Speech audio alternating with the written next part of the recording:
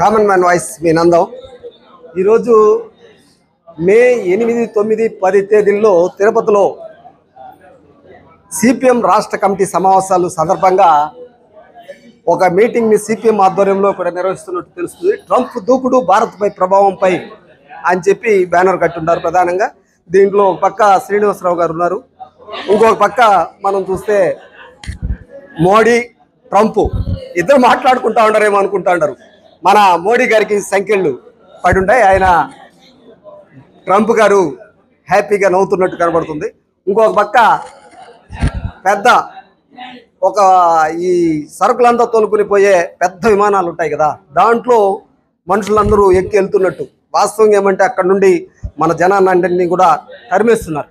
అక్కడుండే కార్మికులు, సాఫ్ట్వేరు ఉద్యోగులు వీళ్ళందరినీ కూడా రకరకాల పేర్లతో వాళ్ళని ఇబ్బంది పెట్టి అసలు మా దేశానికి చాలా దుర్మార్గంగా అనుమతి లేకుండా ప్రవేశించారని చెప్పి పేరుతో వీటికి వచ్చేసారని చెప్పేసి వాళ్ళకి వీసా లేదు, అది లేదు, ఇది లేదని చెప్పి తరిమేస్తున్నారని చెప్పి తెలుస్తుంది. అదే బ్యానరు మీదనే ఇప్పుడు ఇక్కడ సమావేశం జరగబోతుంది. శ్రీనివాసరావు గారు మాట్లాడబోతున్నారు. క్షుణ్ణంగా బాగా అర్థం చేసుకునే పద్ధతుల్లో మనకు చెప్తారని చెప్పి తెలుస్తుంది. కాబట్టి అందుకోసం మీరు అందరూ కూడా విని దీన్ని అసలు మొత్తం ప్రపంచం మీద పడే ప్రభావం ఏంది, మన యువకులు, మన ఉద్యోగులు, మన ప్రజలందరి మీద రకరకాల రూపాల్లో మన మీద దాడి చేస్తుంది ట్రంప్ విధానాలు, మోడీ విధానాలు. కాబట్టి ఇవన్నీ కూడా అర్థం చేసుకొని ఇక్కడుండే రాష్ట్ర ప్రభుత్వాలు కూడా వాళ్ళకి లొంగుబాటు వైఖరితో ఉంటున్నాయి. కాబట్టి ఈ విషయాలన్నింటినీ కూడా క్షుణ్ణంగా అర్థం చేసుకోవడానికి ప్రయత్నం చేద్దాం. పార్టీ రాష్ట్ర కమిటీ సమావేశాలు మే 8, 9, 10 తేదీల్లో జరుగుతున్నటువంటి సందర్భంగా ఈ సెమినార్ని ఈరోజు ఇక్కడ నిర్వహించారు. ఈరోజు ప్రపంచం మొత్తాన్ని కూడా కుదిపేస్తున్నటువంటి ఘటనలు కొన్ని జరుగుతూ ఉన్నాయి. సరిగ్గా 35 సంవత్సరాల క్రితం 1989, 90 ఆ ప్రాంతంలో ఆ రోజు ప్రపంచాన్ని ఇంకొక దిశకు మార్చినటువంటి పరిణామాలు జరిగాయి. అప్పటి వరకు ప్రపంచానికి ఒక ఆశాజ్యోతిగా ఉన్నటువంటి సోవియట్ యూనియన్, సోషలిస్ట్ దేశం, అది కూలిపోవడం, ఆ స్థానంలో రష్యా, అది 14 ముక్కలైపోయి రష్యా ఒక సపరేట్ దేశంగా ఏర్పడటం, తూర్పు యూరోప్లో అంటే జర్మనీ, బల్గేరియా, పోలాండ్ అనేక దేశాలు అక్కడ ఉన్నటువంటి కమ్యూనిస్ట్ ప్రభుత్వాలు కూడా కూలిపోయి అక్కడ కూడా పెట్టుబడిదారు వ్యవస్థలు రావటం, సోషలిస్ట్ దేశాలు చాలా కొద్ది సంఖ్యలో చైనా, వియత్నాం, క్యూబా, కొరియా, ఇట్లా ఉత్తర కొరియా 4-5 దేశాలు మాత్రమే మిగిలి సోషలిస్ట్ వ్యవస్థ అనేది ఒక వ్యవస్థ రూపం పోయి 4-5 దేశాలుగా ఎవరికి వాళ్ళుగా మిగిలిపోయినటువంటి పరిస్థితి వచ్చింది. దాని తర్వాత ప్రపంచంలోనే ఎదురులేనటువంటి శక్తిగా అమెరికా మారిపోయింది. ప్రతి దేశం అమెరికాకి సలాం కొట్టి లొంగిపోవాల్సినటువంటి పరిస్థితి. ఏకఛత్రాధిపత్యం, అమెరికా యొక్క ఏకఛత్రాధిపత్యం ఆ రోజు ఏర్పడింది. కానీ ఈ రోజు దాని మొత్తం పరిస్థితులన్నీ కూడా మరలా తిరిగి రివర్స్ అవుతా ఉన్నాయి. ఈ 35 ఏళ్లలో కమ్యూనిస్టులు బలహీనపడ్డారు, కార్మిక ఉద్యమాలు బలహీనపడ్డాయి, అలాగే విచ్ఛిన్నం, దేశాలు అనేక విచ్ఛిన్నమైనవి, ఉద్యమాలు కూడా విచ్ఛిన్నమైనవి.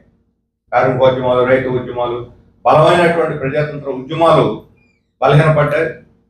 అట్లా కమ్యూనిస్టుల యొక్క ప్రాతినిధ్యం కూడా తగ్గిపోయింది. అనేక దేశాల్లో కానీ మన దేశాల్లో కానీ పార్లమెంట్లో, అసెంబ్లీలో తగ్గిపోయింది. పెట్టుబడిదారి పార్టీలు, పెట్టుబడిదారి రాజకీయాలు, పెట్టుబడిదారి ఆలోచన విధానం ఇది ప్రపంచాన్ని అంతా కూడా డామినేట్ చేసింది.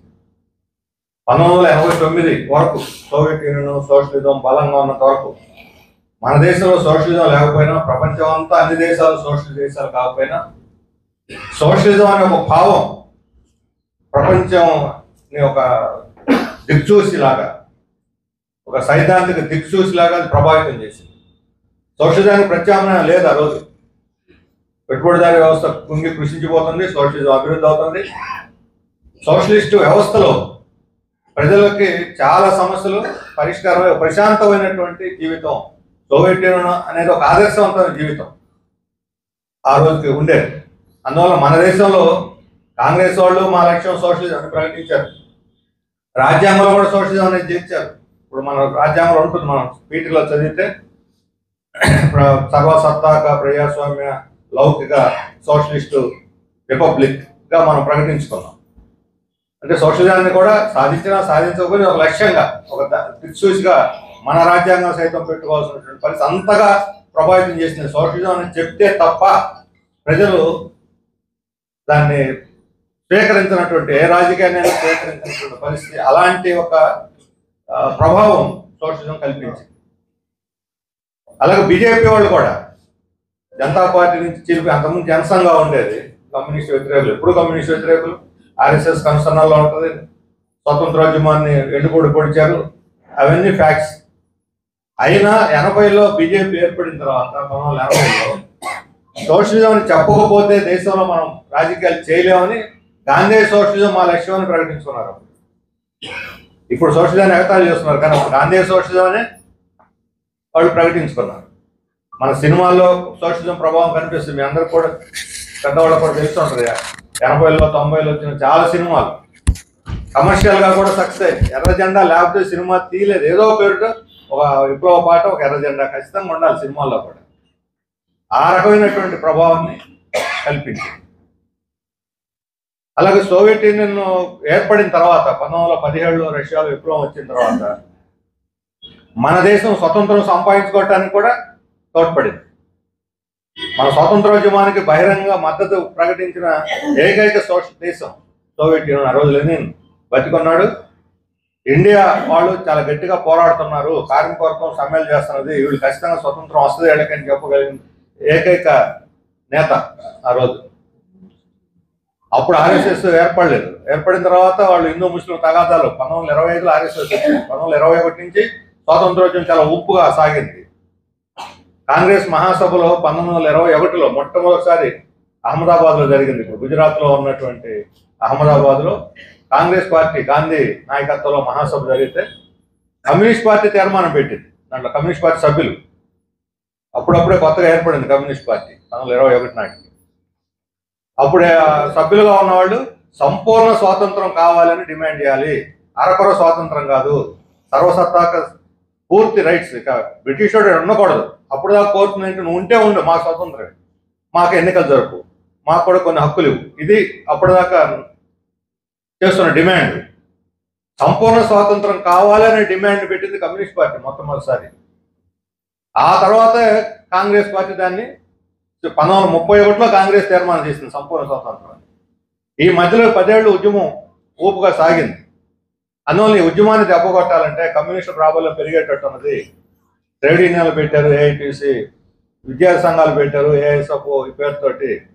ఇట్లా ప్రజా సంఘాల ద్వారా ప్రజల్ని చైతన్యవంతం చేసి బ్రిటిష్ వాళ్ళని కంప్లీట్గా పారదోలేదానికి కమ్యూనిస్ట్ పార్టీ, కాంగ్రెస్ స్థానాన్ని కమ్యూనిస్ట్ పార్టీ వచ్చేటట్టు ఉన్నది అని భయపడినటువంటి బ్రిటిష్ వాళ్ళు ఈ ఉద్యమాన్ని ఎలాగైనా చేల్చాలి, ప్రజలు ఐక్యం కాకూడదు, దానికి వాళ్ళు ఎంచుకున్నటువంటి గొప్ప మార్గం హిందూ ముస్లిం విభజన. ముస్లింలని నాయకుల్ని ఒకవైపు చేరదీశారు, హిందూ నాయకుల్ని ఇంకోవైపు చేరదీశారు. వీళ్ళిద్దరిని తెర వెనకాల ఉండి బొమ్మలాట, తోలు బొమ్మలాట ఆడించినట్టు ఆడిస్తారు. బయటకు వచ్చి వీళ్ళిద్దరు ప్రజలను రెచ్చగొట్టి ఘర్షణలు సృష్టించారు. అందుకోసం ఒకవైపు ముస్లిం లీగ్, జమాత్ ఇస్లాం లాంటి సంఘాలు, ఇంకోవైపు ఆర్ఎస్ఎస్ లాంటి సంఘాలు. ఇటువైపు ఆర్ఎస్ఎస్ 1925లో ఆర్ఎస్ఎస్ ఏర్పడింది. స్వాతంత్రోద్యమం ఊపుగా సాగటానికి, శక్తిగా ఎదగటానికి ఆర్ఎస్ఎస్ పుట్టుకి సంబంధం ఉన్నది. అందువల్ల ఆర్ఎస్ఎస్ వాళ్ళు స్వాతంత్రోద్యమం పాల్గొలేదు.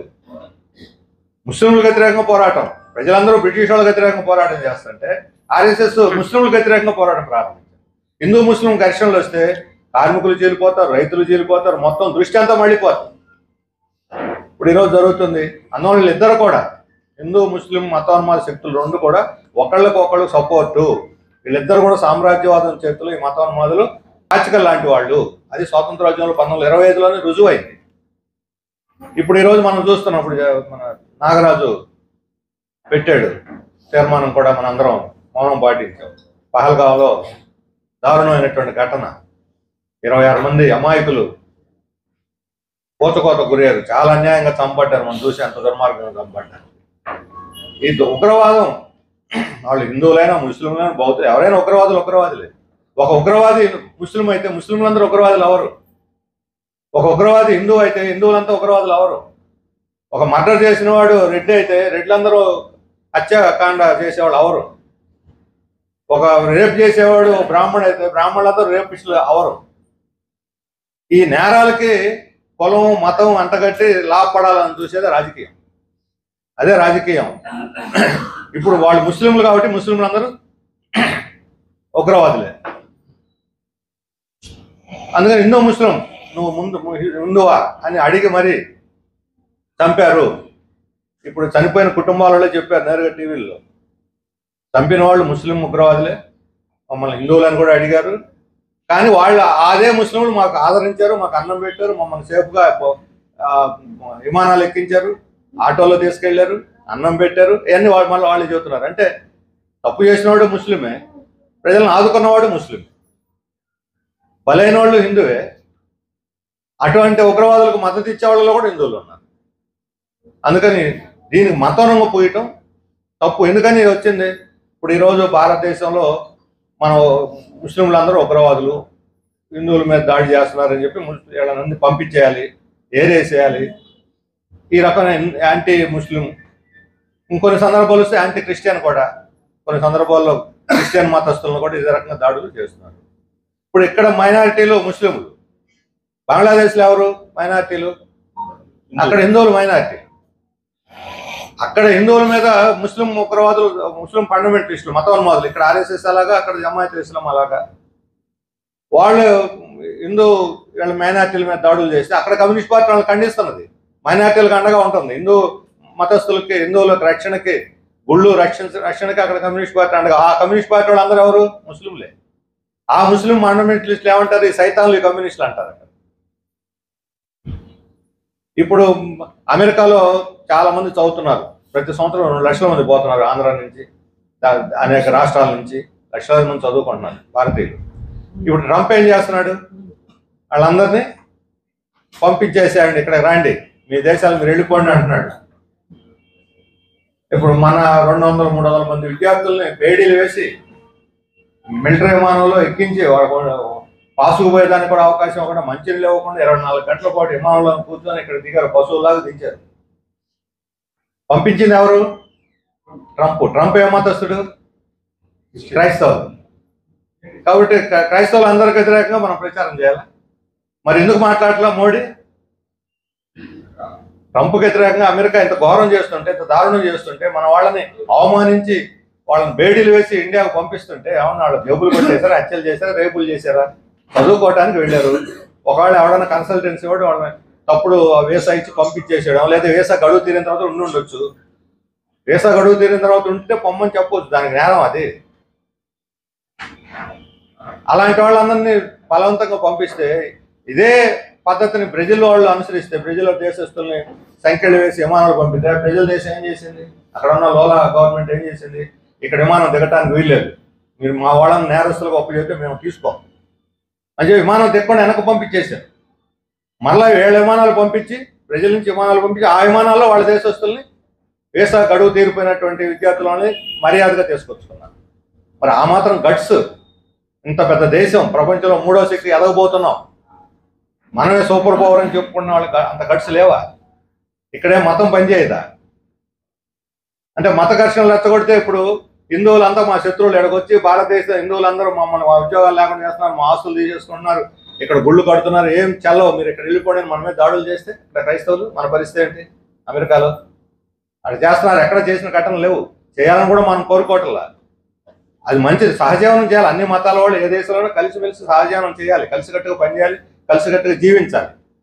ఇక్కడ మనం మైనార్టీలను ముస్లింలు వెళ్ళగొడితే, అక్కడ హిందువులు మైనార్టీలను అమెరికా వాళ్ళు దాడులు చేస్తే ఇక ప్రపంచం బతుకుద్దే. కానీ ఒక దేశానికి వ్యతిరేకంగా మాట్లాడి ఇంకో దేశాన్ని మీద మాట్లాడకపోతే, అమెరికా పెద్ద దేశం, బలమైన దేశం, అందుకని నేను మాట్లాడినానంటే అదేమన్నా గొప్ప పనే? నువ్వు బలహీనుడికి వ్యతిరేకంగా మాట్లాడడానికి ఎవడైనా చాలు, పాలకులు ఎందుకు? ప్రధాని కావాలా, అధ్యక్షులు కావాలా? బలమైన దేశం మీద మాట్లాడటానికే కావాలి. అందువల్ల ఇటువంటి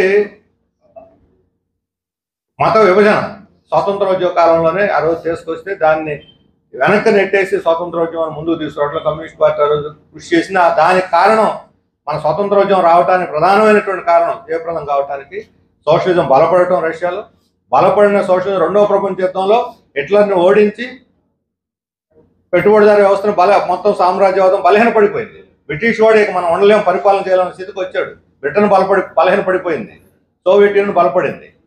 సోవియట్ యూనియన్ బలపడటం వల్లే, సోషలిజం బలపడటం వల్లే భారతదేశం స్వతంత్రం వచ్చింది. లేకపోతే వాడు ఇచ్చుండేవాడు కాదు, సత్యం ఇచ్చుండేవాడు కాదు. 45 తర్వాతనే స్వాతంత్రం ఇవ్వడానికి వాడు సిద్ధపడ్డాడు. 45కు ముందు వాడు పూర్తి స్వాతంత్రం ఇవ్వడానికి సిద్ధపడలా. అంటే వాడు సోవియట్ యూనియన్ రేపు పొద్దున ఇవ్వకపోతే స్వాతంత్రం భారతదేశం కమ్యూనిస్ట్ దేశంగా మారిపోద్ది, కమ్యూనిస్టుల చేతిలో పోతే మనం పక్కలో బెల్లం అవుతుందని చెప్పి భయపడి కాంగ్రెస్తో రాజీ చేసుకొని స్వతంత్రం ఇచ్చారు. ఇవన్నీ చారిత్రకమైనటువంటి వాస్తవాలు. కాబట్టి ఇటువంటి ఒక వ్యవస్థ ప్రపంచంలోనే ఒక ఉన్నతమైన వ్యవస్థ. ఇప్పుడు మన రాఘవ శర్మ గారు నాకు ఒక బుక్ ఇచ్చారు, కొత్త బంగారు లోకం. ఏదో సినిమా టైటిల్ లాగా లోపల కవితలు ఉన్నాయనుకున్నాను బొమ్మ అది చూసి. కానీ ఆయన చైనా వెళ్ళి వచ్చి చైనా గురించి రాశాడు. అంతకుముందు సోవియట్ పోయిన వాళ్ళు అలాగే చాలా మంది 1919లోనే మన దేశంలో మన తెలుగు గడ్డ మీద ఉన్నవ లక్ష్మీనారాయణ అనే ఒక ప్రముఖ రచయిత, స్వాతంత్రోద్యమం, స్వతంత్ర సమరయోధుడు కూడా, జైలు కూడా వెళ్ళి వచ్చాడు. ఆయన ఒక నవల రాశాడు మాలపల్లె అని. ఎవరైనా చదివిండే ఇప్పుడు చదివితే తెలుగులాగా అనిపించదు, సంస్కృతం లాగా అనిపిస్తుంది మాలపల్లె. ఈ మాలపల్లె నవల సోవియట్ యూనియన్ గురించి దాంట్లో ప్రస్తావించాడు ఆయన. సోవియట్ రాజ్యం కావాలి మనకని దాంట్లో ప్రస్తావించాడు 1919లోనే. అంటే సోవియట్లో విప్లవం వచ్చిన 2 ఏళ్లకి అక్కడ నిరుద్యోగం లేదట, అక్కడ పేదరికం లేదంట, అక్కడ అసమానతలు లేవంట, రైతుల భూములన్నీ రైతులు అట, ఫ్యాక్టరీలన్నీ కార్మికులు అట, పెత్తనం అంతా గ్రామస్తులు, పంచాయతీలు అట. ఇవన్నీ రాశాడు అట అట అనుకుంటూ. అంటే ఎందుకని అప్పటికప్పుడు సమాచారం అట్లా ఇప్పుడులాగా ఇంటర్నెట్ లేవు కదా, వాళ్ళ ద్వారా వీళ్ళ ద్వారా తెలిసినటువంటి నోటి మాట ద్వారా అందేటువంటివి. రవీంద్రనాథ్ ఠాగూర్ రష్యాని సోవియట్ యూనియన్ కీర్తిస్తూ కవితలు రాశాడు, మద్దతు తెలియజేశాడు. దాంట్లో నేతాజీ సుభాష్ చంద్రబోస్, జవహర్లాల్ నెహ్రూ ఇట్లాంటి పెద్ద పెద్ద కాంగ్రెస్ నాయకులు కూడా సోషలిజాన్ని ఆహ్వానించారు, సోవియట్ యూనియన్ని ఆహ్వానించారు. అలాంటి సోషలిజం కావాలి అని నెహ్రూ వ్యాసాలు కూడా రాశాడు, మనకు కూడా అలాంటి సమాజం కావాలని. అంతగా ప్రభావితం చేసింది మన దేశాన్ని. ఏమిటి ఎందుకని? ఆడ విప్లవం రావడంతో ఇప్పుడు మనం చూస్తున్నాం కదా, ఎన్నికల్లో గెలవటానికి ముందు ఒకటి చెప్తారు, ఎన్నికలు అయిపోయిన తర్వాత ఇంకొకటి చేస్తారు. ఎన్నికలు ఇచ్చే వాగ్దానానికి ఎన్నికల తర్వాత ఎన్నికల్లో పేదవాళ్ళకి ఏమి ఇస్తామో చెబుతారు, ఎన్నికల తర్వాత కార్పొరేట్లకు ఏం చేయాలో చేస్తారు. కార్పొరేట్లకు పలానా వరాలు ఇస్తామని ఎన్నికల ముందు చెప్పరు. కానీ ఎన్నికలు అయిపోయిన తర్వాత భూములైన వాళ్ళకే, రాయితీలన్నీ వాళ్ళకే, బ్యాంక్ రుణాలన్నీ వాళ్ళకే. అవేమి మన ఎన్నికల షెడ్యూల్ చూడండి, ఈజ్ ఆఫ్ డూయింగ్ బిజినెస్ పేరుతో కార్పొరేట్ కంపెనీలకు భూములు దాదాపు 99 పైసలకి ఇచ్చి ఎకరం ఉందా మన తలా ఒక ఎకరా రాయం చేసుకున్నాం. పేదవాడు భూమి సాగు చేసుకుంటామంటే 99 పైసలకు ఇవ్వమన్నాడు ఒక ఎకరా. మేము సాగు చేసుకుని పంట పండిస్తాం, అది కూడా అభివృద్ధిగా. పంటలు పండకుండా తింటారా, సస్తారు. ఫ్యాక్టరీలో కాదు కదా అభివృద్ధి, వ్యవసాయం కూడా అభివృద్ధి. నేను వ్యవసాయం చేస్తాను, నాకు ఎకరా ఇవ్వండి 99 పైసల కంటే గవర్నమెంట్ ఇస్తుందా? ఉన్నే లాక్కుంటున్నారు రైతుల నుంచి. ఎన్నికల వాగ్దానం చేశారా, మేము 99 పైసలకి కార్పొరేట్లకు ఇస్తాం భూములని? ఎకరా 99. అందులో విశాఖ లాంటి చోట ఒక్కొక్క ఎకరా 25 కోట్లు చేసేటువంటి భూముల్ని ఊరు పేరు లేని కంపెనీలు కట్టబెడుతున్నారు. అదే వర్షా కంపెనీ అంటే, ఒల్పా కంపెనీ వర్షా కంపెనీ లాగా ఉంది.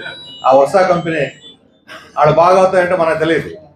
ఎట్లా ఇస్తారు ఊరు పేరు లేనటువంటి 99 రూపాయలకి, 99 పైసలకి? అంటే ఉచితంగా ఇవ్వటమే కదా, ఎలా ఇస్తారు? మరి ఏమైనా ఎన్నికల వాగ్దానం ఉందా? ఇది చెప్పారా కనీసం ఇట్లా చేస్తాం మేమని? అందువల్ల ఎన్నికల ముందు ఒకటి, ఎన్నికల తర్వాత చేసేది ఒకటి. సోషలిజం అలా కాదు. విప్లవానికి ముందు ఏదైతే ప్రజలకు చెప్పారో విప్లవం తర్వాత అదే అమలు చేశారు. భూస్వాముల దగ్గర భూములను తీసుకుని రైతులకు పంచుతాము. విప్లవం వచ్చిన తర్వాత చేసిన మొట్టమొదటి పని భూమిని జాతీయం చేసి రైతులందరూ పనిచేయటం. భూస్వాముల భూములన్నీ తీసేసుకున్నారు. ఉంటే వాళ్ళలోని మీరు కూడా వ్యవసాయం చేసుకోండి, రైతుల్లాగా మీరు పంటలు పండించండి, మీరు దున్నండి, మీరు అందరిలాగా కష్టపడండి. మేము కష్టపడడం, భూములు తినం, దున్నం, ఉత్పత్తి చేయం అంటారా? మీరు వెళ్ళిపోండి, ఇక్కడ ఉంటానికి లేదు, మీకు బతుకు తెరవే లేదు. మీరు పని చేస్తే బతకొచ్చు, పని చేయకుండా ఉంటే బతకడానికి ఏం పెట్టి తింటారు? వడ్డీలకు ఇచ్చుకొని తింటానికి వడ్డీ అనుమతించరు, వడ్డీ వ్యాపారం. చాలామంది పట్టణాలకు వెళ్ళిపోయారు పట్టణాలకి, భూములు వదిలేసిపోయారు. రాజీ పడిపోయి వాళ్ళు కూడా మిగతా రైతులతో కూడా చేయి కలిపి పంటలు పండించే వాళ్ళు ఊళ్ళోనే ఉన్నారు. ఇది ఎక్కడ సాధ్యమా? ఇప్పుడు మన 70 ఏళ్ళ నుంచి భూములు పంచుతాం అన్నారు. ఇప్పుడు పంచుతున్నారు భూములు. ఎవరు పంచుతున్నారు? రైతులు తీసి కార్పొరేట్లకు పంచుతున్నారు. ఇప్పుడు భూములు పంపకంటే అర్థం రైతుల భూములు తీసి కార్పొరేట్లకు పంచడం. ఇప్పుడు చైనా వాళ్ళు వెళ్ళొచ్చారు. చైనా మొత్తం సొంత భూమి అంటే రైతులకు ఉండదు, మొత్తం కమ్యూనిటీ భూమి. ఒక ఊరి పంచాయతీ ఉమ్మడి ఆధిపత్యంలో ఉంటుంది భూమి. Contract system. నేను చేసుకుంటాను 2 ఎకరాలు వరి వేసుకుంటానంటే పంచాయతీ తీర్మానించి నీకు చేసుకునే వాళ్ళకి ఇస్తుంది భూమి. దున్నుకునే వాడికి భూమి అంటే అర్థం అది, ఎవరు దున్నుకుంటే వాళ్ళకే. నా కొడుకు ఉద్యోగం చేస్తున్నాడు, నేను కూడా ఆయనతో కూడా పట్టణం వెళ్తున్నాను, మేము అక్కడే అపార్ట్మెంట్లో బతుకుతాము, మేము ఇక్కడ భూమి చేయలేమంటే ఆ భూమి పంచాయతీ వెనక్కి తీసేసుకొని చేయగలిగిన వాళ్ళకి ఇంకోటి ఇస్తారు. 100 మంది ఉండి ఒక 20 మంది 30 మంది పట్టణాలకు వెళ్ళారు, 80 మంది అనుకోండి, మిగతా 20-30 మంది కూడా 80 మందికి అదనంగా ఇస్తారు. అదనంగా 2 ఎకరాలు చేసేవాడు 4 ఎకరాలు కూడా చేయొచ్చు. ఒక కుటుంబంలో ఇద్దరుండి 2 ఎకరాలు చేస్తుంటే 4 ఎకరాలు ఎట్ట చేస్తారు? ఎట్ట చేయాలి? 2 ఎకరాలే కుటుంబానికి శ్రమ పడితే చేయగలిగితే 4 ఎకరాలు వస్తే ఎలా చేయాలి? కూలీలు పెట్టుకోవడానికి లేదు, ఎట్లా చేయాలి? అందుకే ఆధునీకరణ. వ్యవసాయంలో ఈరోజు చైనాలో జరిగినంత ఆధునీకరణ ఎక్కడ జరగల. కమ్యూనిటీ పంచాయతీ అత్యంత పవర్ఫుల్ చైనాలో. ఒక భూమి మీద ఆధిపత్యం పంచాయతీ. సోవియట్ యూనియన్లో మొట్టమొదటి చేసిన పని అదే ఇప్పుడు చైనాలో జరుగుతుంది. పంచాయతీ ఇప్పుడు చంద్రబాబు నాయుడు గారు లేకపోతే అక్కడ ప్రిన్సిపల్ సెక్రటరీ అక్కడ కూర్చొని ఈ తిరుపతిలో 5 ఎకరాలు వాళ్ళకి శాంక్షన్ చేస్తాం, క్యాబినెట్ తీర్మానం చేస్తాం. చైనాలో క్యాబినెట్ తీర్మానం చేసిన చెల్లదు. క్యాబినెట్ తీర్మానం చేసిన పంచాయతీకి పంపాల్సిందే. పంచాయతీ అప్రూవ్ ఉంటేనే ఆ భూమి వాళ్ళ చేతిలోకి వెళ్ళొద్ది. ఎవరికైనా ఒక కంపెనీకి ఇవ్వాలి, పరిశ్రమ పెట్టాలంటే ఊరు గ్రామ పంచాయతీ తీర్మానం చేస్తేనే అది అమలు అవుతుంది. అది డెమోక్రసీ. చైనాలో డెమోక్రసీ లేదు, అక్కడ టోటాలిటేరియనిజం, అదంతా నియంతృత్వం. కనిపిస్తే కాల్ చేస్తారు, అడ్డం తిరిగి మాట్లాడితే. జయప్రకాష్ నారాయణ ఏదో వీడియో చూస్తే దారిలో వస్తుంటే ఏదో అనుకోకుండా తగిలితే చూశాను నేను. ఏమంటున్నాడంటే 1000 మందినైనా విచారణ లేకుండా కాల్చి చంపుతారట. నేను అడుగుతున్నాను ఆయన్ని, గత సంవత్సర కాలంలో లేదా మీకు సంవత్సరం లేకపోతే 5 ఏళ్ళు లేదా 10 ఏళ్ళు తీసుకోండి, ఒక 1000 మందిని కాదు ఒక్కరినైనా విచారణ లేకుండా కాల్చి చంపిన ఘటన ఒకటి చెప్పండి చైనాలో. మన దేశంలో ఉన్నాయి అటువంటి ఘటనలు. ఇప్పుడు ఛత్తీస్గఢ్లో జరిగే రోజు కాల్పుల్లో 30 మంది 40 మంది 100 మంది 200 మంది ఎట్లా చచ్చిపోతున్నారు? ఏ విచారణలో చచ్చిపోతున్నారు? ఎన్కౌంటర్లు అన్నీ ఏంటి? అంటే మనం చేస్తే న్యాయం, వాడు చేస్తే అన్యాయమా? వాడు ఉగ్రవాదం. కాశ్మీర్లో పిట్టలను కాల్చిన ఉగ్రవాదులు చంపేస్తున్నారు ఏ విచారణ లేకుండా, మత ప్రాతిపదిక మీద వాళ్ళు. ఆ ఉగ్రవాదానికి ఈ ఆర్ఎస్ఎస్కి ఏమిటి తేడా? మతాన్ని రెచ్చగొట్టేటువంటి వాళ్ళు ఎవరైనా ఒకటే. ఈ మతకాల్లో ఘర్షణలు అక్కడ లేవే మరి. అక్కడ బౌద్ధులు ఉన్నారు. బౌద్ధం ఎక్కడిది? చైనాలో పుట్ల. బౌద్ధం ఎక్కడ పుట్టింది? మంది భారతదేశంలో పుట్టిన బౌద్ధం ఎందుకు లేదు ఈ దేశంలో? చైనా పోయి అధికార మతంగా ఎలా మారింది? ఇక్కడ పుట్టిన బౌద్ధం, బుద్ధుడు మనవాడు అంటే బౌద్ధాన్ని లేపేశారు, బౌద్ధరామును ధ్వంసం చేశారు, బౌద్ధులందరినీ తరిమి కొట్టేశారు. అశోకుడు తర్వాత గుప్తుల కాలం వచ్చేలోకే బౌద్ధం లేకుండా నాశనం చేశారు మతాన్ని. అది ఎవరికంత ముస్లింలు చేశారు, క్రైస్తవులు చేశారు ఆ బౌద్ధాన్ని నిర్మూలిస్తాం. అదే బౌద్ధం చైనాలో ఉంది, థాయిలాండ్లో ఉంది, లేకపోతే వియత్నాంలో ఉంది, ఇతర దేశాలతో పక్కన ఉన్న బంగ్లాదేశ్, శ్రీలంకలో ఉంది. మరి మన దేశంలో లేకుండా పోయింది. ఎవరు బాధ్యులు దీనికి? అందుకని ఎప్పుడో 500 సంవత్సరాలు 400 సంవత్సరాల క్రితం ఇప్పుడు ఎంత దారుణం అంటే ఈ మన వారణాసిలో అనుకుంటాను, వారణాసి కాదు నాగపూర్లో ఔరంగజేబు సమాధి ఉంది, దీన్ని కూడా లేపేయాలని మొదలు పెట్టారు ఆర్ఎస్ఎస్ వాళ్ళు. దాని మీద పబ్లిక్ నుంచి వ్యతిరేకత వచ్చేసరికల్లా మళ్ళీ ఆర్ఎస్ఎస్ నాయకత్వం బయటకు చిట్టాటని వాదాలు చేయబోకండి అని మళ్ళీ వాళ్ళు అదుపు చేశారు. టెస్టింగ్ పెడతారనమాట. ముందు 4 చేత అనిపిస్తారు, సానుకూలత వస్తుందంటే ప్రొసీడ్ అవ్వమంటారు, సానుకూలత రాలేదంటే బహిరంగ వద్దు అని చెబుతారు, తప్పు అని చెబుతారు. జనాలు 2 వాళ్ళ దగ్గర నుంచి వస్తాయి. అంటే 400 సంవత్సరాల క్రితం చనిపోయిన ఔరంగజేబు మీద కూడా ఇప్పుడు సమాజం మీద కూడా కక్ష తీర్చుకుంటున్నారు. ఇదే హిందూ సహనం అంటే, ఇదే హిందూ మత సాంప్రదాయం, ఇదే ఇది సంస్కృతి, ఇదే. అందుకని ఈరోజు మత స్వేచ్ఛ సోవియట్ యూనియన్లో కానీ ఇప్పుడు చైనాలో కానీ మత స్వేచ్ఛ ఉన్నది, మత ఉన్మాదం లేదు. మత స్వేచ్ఛ అంటే ఏమిటి? నీ దేవుడు నువ్వు పూజించుకో, నీ గుడికి నువ్వు పోవచ్చు, నీ పద్ధతులు నువ్వు అనుసరించవచ్చు, నీ డ్రెస్సు నువ్వు వేసుకోవచ్చు, నీ తిండి నువ్వు తినొచ్చు. ఒక ఆయన నేను వెజిటేరియన్ అంటారు, నేను పప్పు తప్పు వేరే తిన్నాను, నీ ఇష్టం, కూరగాయలు పప్పు. ఇంకో ఆయన మాంసమే తింటానంటాడు, ఇంకో ఆయన గొడ్డు మాంసం తింటానంటాడు. ఎవరి ఇష్టం వాళ్ళది. ఈరోజు అనేక ఆహారపు అలవాట్లు ఉన్నాయి భారతదేశంలో, ఒకటి కాదు 100 రకాల ఆహారపు అలవాట్లు ఉన్నాయి. ఒక ఆయన రోజు నాన్ వెజిటేరియన్ తింటాడు, శనివారం మాత్రమే తినను అంటాడు. అదే ఆయన పద్ధతి. వాళ్ళు కాదు నువ్వు శనివారం కూడా తినాలి నాన్ వెజిటేరియన్ కాబట్టి మనం ఏమన్నా చదువుదామా? లేదు శనివారం తినవు కాబట్టి మిగతా రోజులు కూడా తినబాక అందామా? వాళ్ళ ఇష్టం. డ్రెస్ వాళ్ళ ఇష్టము, తిండి వాళ్ళ ఇష్టము. తిండి వాళ్ళ ఇష్టం నరమాంసం తినమని కాదు, నరమాంసం తినే వాళ్ళు వేరే వాళ్ళు ఉన్నారు, ఆ జాతి వాళ్ళు వేరే వాళ్ళు ఉన్నారు. ఇది మత స్వేచ్ఛ, సాంస్కృతిక స్వేచ్ఛ. ఈ సాంస్కృతిక స్వేచ్ఛ, మత స్వేచ్ఛ 100% కమ్యూనిస్ట్ దేశాల్లో ఉంది. ప్రజాస్వామ్యం ఉంది. పంచాయతీకి అధికారం అంటే ప్రజలకు అధికారం, నిజమైనటువంటి అధికారం. ఈరోజు పంచాయతీ రోడ్డు వేయాలంటే హైదరాబాద్ చుట్టూ, అమరావతి చుట్టూ తిరగాలి, మనం ఆఫీసుల చుట్టూ తిరగాలి, కలెక్టర్ల చుట్టూ తిరగాలి, మంత్రి ఎమ్మెల్యే ఆమోదం లేకపోతే, అంతకుముందు వైఎస్ఆర్ గెలుచున్నాడు, తెలుగుదేశం అవుతాడు, తెలుగుదేశం గెలిచి అది వైఎస్ఆర్ అయితే వైఎస్ఆర్కి వెళ్ళిపోతాడు. పంచాయతీలు ఎందుకు వెళ్ళిపోతారంటే మాకు నిధులు కావాలి కదా పంచాయతీకి. ఇదే ప్రజాస్వామ్యం. ప్రజలు ఎన్నుకున్నటువంటి ఒక సర్పంచ్ రాష్ట్ర ప్రభుత్వం అండలేకపోతే పైసా కూడా పని చేయలేడు. కానీ సంపూర్ణమైన నిజమైనటువంటి ప్రజాస్వామ్యం రోజువారీ గ్రామ పట్టణ పరిపాలనలో అక్కడ కమ్యూనిటీలు అంటే సోవియట్లు అంటారు వాటిని, మనం పంచాయతీ అంటే వాళ్ళు సోవియట్లు అంటారు. చైనాలో అయితే కమ్యూనిటీ అంటారు వాళ్ళ భాషలో, చైనీస్ భాషలో. అది సర్వాధికారి. అత్యధిక లోకల్ ఈ పై ప్రభుత్వాలన్నీ కూడా జనరల్ విధానాలు, ఆర్థిక విధానాలు, విదేశాంగ విధానం, మిలిటరీ విధానం, లేదా కరెన్సీ విధానం, ఇటువంటివన్నీ రూపొందిస్తారు ప్రధానంగా వాళ్ళు. అందువల్ల దేశం బలంగా ఉంది. అక్కడ కింద ప్రజలకు అధికారం ఇస్తేనే దేశం బలంగా ఉంటుంది. 30 ఏళ్లలో అమెరికా 200 సంవత్సరాల్లో సాధించినటువంటి అభివృద్ధిని చైనా 30 సంవత్సరాలు సాధించింది. ఎలా సాధ్యమైంది? ఒకటే ఒక కారణం, ప్రజల భాగస్వామ్యం, పరిపాలనలో భాగస్వామ్యం, ఆర్థిక వ్యవస్థలో భాగస్వామ్యం, సాంస్కృతిక జీవితంలో భాగస్వామ్యం. ఆ నిజమైన స్వేచ్ఛ స్వాతంత్రాలు సోషలిజంలోనే ఉంటాయి అనేది అక్కడ రుజువైంది. ఇప్పుడు సోవియట్ యూనియన్లో చదువు ఉంది, ఇప్పుడు కూడా చైనాలో అయినా 12వ తరగతి వరకు ప్రభుత్వానికి బాధ్యత. ఆ తర్వాత నువ్వు చదువుకుంటానని చదువుకోవచ్చు. ఉచితం, విద్య అనేది ఉచితం, నీ హక్కు. మనకు కూడా విద్యా హక్కు చట్టం ఉంది. కమ్యూనిస్ట్ బలంగా ఉన్నప్పుడు యూపీఏ ప్రభుత్వం చేత చేయించాము దాన్ని, కానీ అది అమలు చేయటంలా. హక్కుగా లేదు. ఇప్పుడు ఎవరు హక్కుగా ప్రైవేట్ ఇన్స్టిట్యూషన్లు పోయి ప్రభుత్వ స్కూళ్ళని నాశనం అయిపోతుండే, హక్కు ఉన్న ఉపయోగం ఏముంది? రాజ్యాంగంలో హక్కు చేర్చిన మొత్తం నూతన విద్యా విధానం పేరుతో ప్రభుత్వ స్కూళ్ళని విలీనాలు చేసి ఉన్న స్కూళ్ళు లేకుండా చేస్తున్నారు. మన గ్రామ స్థాయిలో చాలా చోట్ల ఓళ్ళల్లో మా బడిని మాకు కాపాడండి అని ఆందోళన చేస్తున్న పరిస్థితి, తల్లులు తండ్రులు ఆందోళన చేస్తున్న పరిస్థితి చూస్తున్నాం. అంగన్వాడీని తీసుకుపోయి అంగన్వాడీ 1-2 తరగతుల్ని కలిపేసి 3-4 వేరు చేస్తున్నారు. అంగన్వాడీ ప్రీ స్కూల్ 1-2 తరగతులు వేరు, అంతా ఫౌండేషన్ అని పెట్టి చేసేస్తున్నారు. 3వ తరగతి నుంచి 10వ తరగతి దాకా ఒక స్కూల్ చేస్తారు. 3వ తరగతి తోటి పోయి 10th క్లాస్ అన్నతోటి లేదా అక్కతోటి కలిసిమెలిసి ఉండాలి. వయసులు ఇచ్చి చూసినా 1 నుంచి 5 దాకా ఒక రకంగా ఉంటారు, 6 నుంచి 10 దాకా ఒక రకంగా ఉంటారు గ్రేడ్. +2 ఉంది వేడిగా జూనియర్ కాలేజీలో, లేదంటే హై స్కూల్లో కలిపేస్తామంటే అది వేరు విషయం. తీసుకుపోయి 1-2 తరగతులను అంగన్వాడీలో చేర్చడం ఏంటి?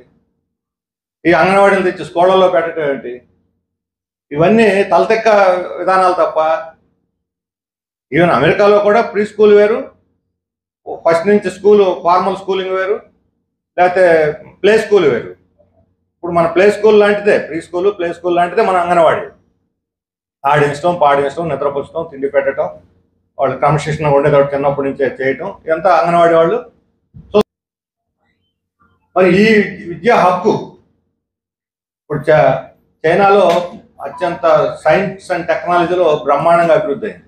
అమెరికా ఉన్న తలదనే విధంగా ఇప్పుడు మనం ఆర్టిఫిషియల్ ఇంటెలిజెన్స్ అంటున్నాం. ఆర్టిఫిషియల్ ఇంటెలిజెన్స్లో చైనా చూసి ఇప్పుడు డీప్ సీక్ అని వచ్చింది. అమెరికా వాడు గూగుల్, మైక్రోసాఫ్ట్ ఇలాంటి కంపెనీలు దడలాడిపోతున్నాయి. మన పత్రికలు కూడా రాసిన డీప్ సీక్ ఎలా డెవలప్ అయింది? ప్రభుత్వ ప్రోత్సాహంతోనే అభివృద్ధి అయిందని అందరూ రాస్తున్నారు. మరి మనం ఎందుకు అభివృద్ధి కాలేకపోయాం? ఇక్కడ సైంటిస్టులు ఏమయ్యారు, ఇక్కడ ఇంజనీర్లు ఏమయ్యారు, ఇక్కడ డాక్టర్లు ఏమయ్యారు? వాళ్ళందరూ ఉంటే కార్పొరేట్ హాస్పిటల్, లేకపోతే అమెరికా, యూరోప్, ఎక్కడ ఆదాయం వస్తే అక్కడికి. ప్రజలకు సేవ చేసేది లేదు. కానీ అదే సోవియట్ యూనియన్లో, చైనాలో కానీ వైద్యం ఉచితం. వైద్యం కూడా నీ ఆరోగ్యాన్ని కాపాడుకునే హక్కు. డాక్టర్లకి మనలాగా లక్షల జీతాలు ఉండకపోవచ్చు, కానీ వాళ్ళ చదువు బాధ్యత పూర్తిగా ప్రభుత్వం తీసుకుంటుంది కాబట్టి వాళ్ళు సేవ చేయాలి సమాజానికి. వాళ్ళు బతకాలి, సమాజానికి సేవ చేయాలి. ఈ రకంగా విద్యా హక్కు, ఆరోగ్య హక్కు, సంపాదించుకోవడానికి పొలం లేదా ఉద్యోగం, నీకు యూనివర్సిటీ అవటం తోటే. ఇప్పుడు మన ఇంజనీరింగ్ కాలేజీలు ఉంటే క్యాంపస్ ఇవి రిక్రూట్మెంట్ అని ఉంటాయి. మావిడి క్యాంపస్ రిక్రూట్ వచ్చింది, మా అమ్మాయి గురించి చెప్పుకుంటాం. ఈ సంవత్సరం పరిస్థితి అంటే మన రాష్ట్రంలో ఈ కాలేజీలు అన్నింటిలో 2000 మందిని కంపెనీలు క్యాంపస్లో రిక్రూట్ చేసుకుంటే పెద్ద పెద్ద కాలేజీల్లో ఇప్పటి వరకు వాళ్ళకి ఇచ్చిన అపాయింట్మెంట్ ఆర్డర్లు 200 మందికి మాత్రమే.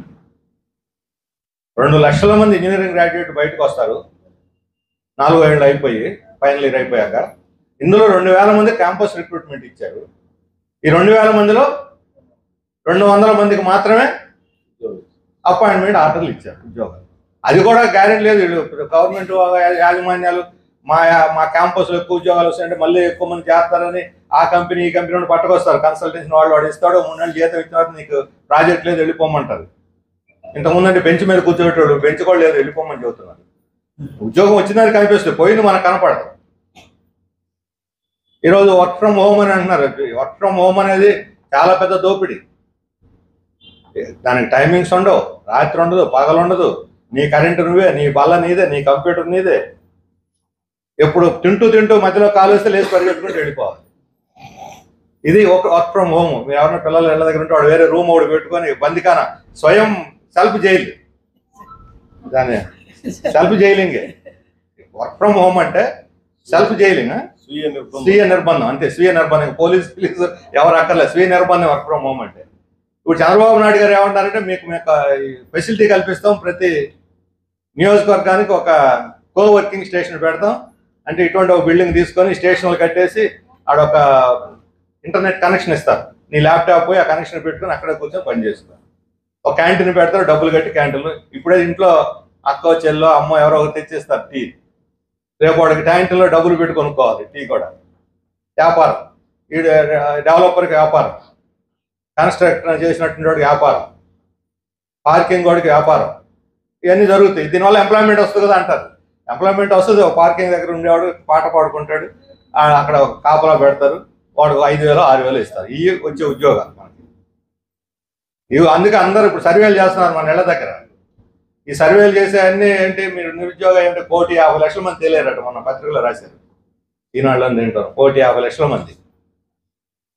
మరి వీళ్ళందరికీ అక్కడిది ఏ ఉద్యోగాలు, ఈ తోటమాల ఉద్యోగాలు, ఇవి కూడా ఏదైనా పరిశ్రమ పెడితే ఉద్యోగాలు అంటే బీహార్ నుంచో జార్ఖండ్ నుంచి తెస్తారు. అక్కడ ఏదైనా పరిశ్రమ పెడితే ఆంధ్ర నుంచే తెలంగాణ నుంచే తీసుకుపోతారు.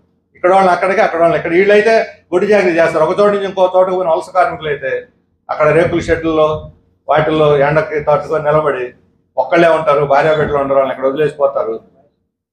తిని తినక సంపాదించుకొని ఇంటికి పంపి పిల్లల్ని చదివించుకోవాలి, లేదా ఒక ఎకరా కొనుక్కోవాలి అనేటువంటి ఆశతోటి పోతారు. వాళ్ళని పిండేస్తారు రక్త మాంసాలు. వలస విధానం అనేది రక్త మాంసాలు పిండేటువంటి పరిశ్రమ, మనుషులతో జరిగే పరిశ్రమ. మరి ఈ రకమైన ఎంప్లాయ్మెంట్ లేదు. కానీ సోవియట్ యూనియన్లో డిగ్రీ అయిపోయి యూనివర్సిటీ బయటికి రావడంతో నీకు నీ చదువు తగిన ఉద్యోగం రెడీగా ఉంటుంది.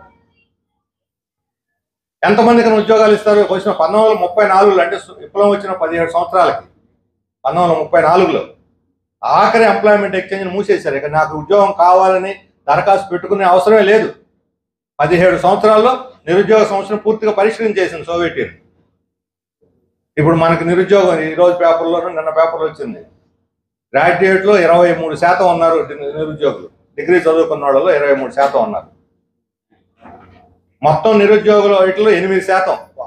ఉద్యోగం చేయగలిగిన వయసు ఉన్నటువంటి వాళ్ళలో 8 కాదు 16%. సారీ 16%.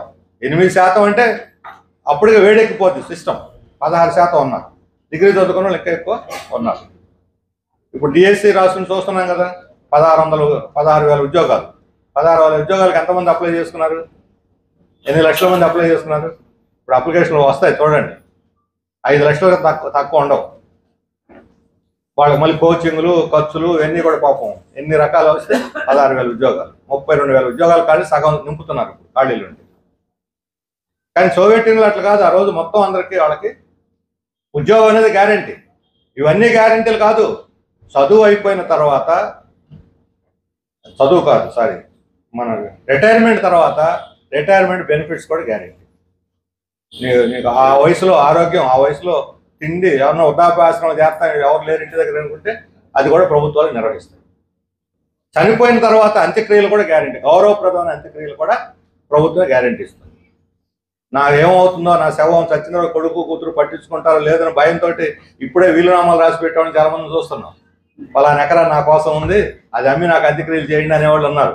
బ్యాంక్ అకౌంట్ ఉంది, డ్రా చేసి ఎవరో ఒకరికి నామినీ పెట్టి నీకోసం, నా శవం కోసం పెట్టాను ఇచ్చేవాళ్ళు ఉన్నారు. కొంతమంది అయితే సమాధి కడతాడు లేదు కొడుకుని ముందే సమాధి కట్టించుకొని ఇక్కడే పూడ్చిపెట్టి అన్నాడు కూడా ఉన్నారు. అంటే చచ్చిపోయిన తర్వాత గౌరవప్రదంగా పోవాలి, నేను కుక్కలు నక్కలు పీక్కు తినకూడదు నా శవాన్ని అనే భయంతోనే ఆత్మను నమ్మే వాళ్ళు అయితే పరలోకానికి పోదాం మధ్యలో ఎక్కడ నా ఆత్మ ఆగిపోకుండా అని. మరి అటువంటి భయమే లేదు సోవియట్లో కానీ సోషలిస్ట్ దేశాలు, ఏ సోషలిస్ట్ దేశాలు. అందుకని ఇలా స్వేచ్ఛ లేదు, స్వతంత్రం లేదు, నియంతృత్వం. ఎవరి నియంతృత్వం? నియంతృత్వం అంటే ఎవరిది? ఇప్పుడు మోడీ ఏదనుకుంటే అదే నియంతృత్వం. మోడీ, అమిత్ షా. మళ్ళీ అమిత్ షాని మర్చిపోతే మనం తప్పు చేసిన వాళ్ళు. ఇద్దరు కాదు, ఒకరి బదులు ఇద్దరు. బీజేపీ లేదు, ఇంకెవరు లేరు ఇక్కడ. మొత్తం కొన్ని దేశాల్లో ఆ వ్యక్తి నియంతృత్వమే. కమ్యూనిస్ట్ దేశాలు ఎక్కడ వ్యక్తి నియంతృత్వం ఉండదు. కమ్యూనిస్ట్ పార్టీ ఆధిపత్యం ఉండే మాట వాస్తవం. కమ్యూనిస్ట్ పార్టీ ఒక వ్యక్తి కాదు, శాఖలు, మన ఫ్యాక్టరీలో శాఖలు ఉంటాయి. ఇక్కడి నుంచి పోయి ఇప్పుడు చైనాలో ఫ్యాక్టరీ కాంట్రాక్ట్ చేస్తున్న వాళ్ళు ఉన్నారు. కన్స్ట్రక్షన్ పెద్ద పెద్ద కంపెనీలు ఇక్కడి నుంచి మన ఆంధ్ర నుంచి పోయిన వాళ్ళు కూడా ఉన్నారు. ఈ బృందానికి మరి వాళ్ళకి తగిలారలేదు, కానీ చాలా మందికి వాళ్ళు కూడా ఈ మధ్య ప్రకాశం జిల్లా వాళ్ళు పోతే వాళ్ళకి తగిలారట. అక్కడ వాళ్ళు భోజనం కూడా పెట్టారు మన వాళ్ళు చూస్తున్నారు. మా దగ్గర కూడా కమ్యూనిస్ట్ పార్టీ శాఖ ఉందా, ఏదన్నా సమస్య వస్తే వాళ్ళతోనే మాట్లాడాలి మేమని చెప్పారట.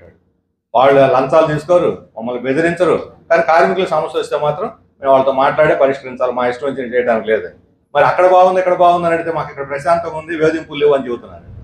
వాళ్ళు చెప్పిన మాటనే చెప్పారు. క్యాపిటలిస్టు మన ఏళ్ళ మెహర్బానికి మనమే ఇక్కడ అధికారం లేం కదా, మెహర్బానికి చెప్పాల్సిన అవసరం లేదు వాళ్ళు.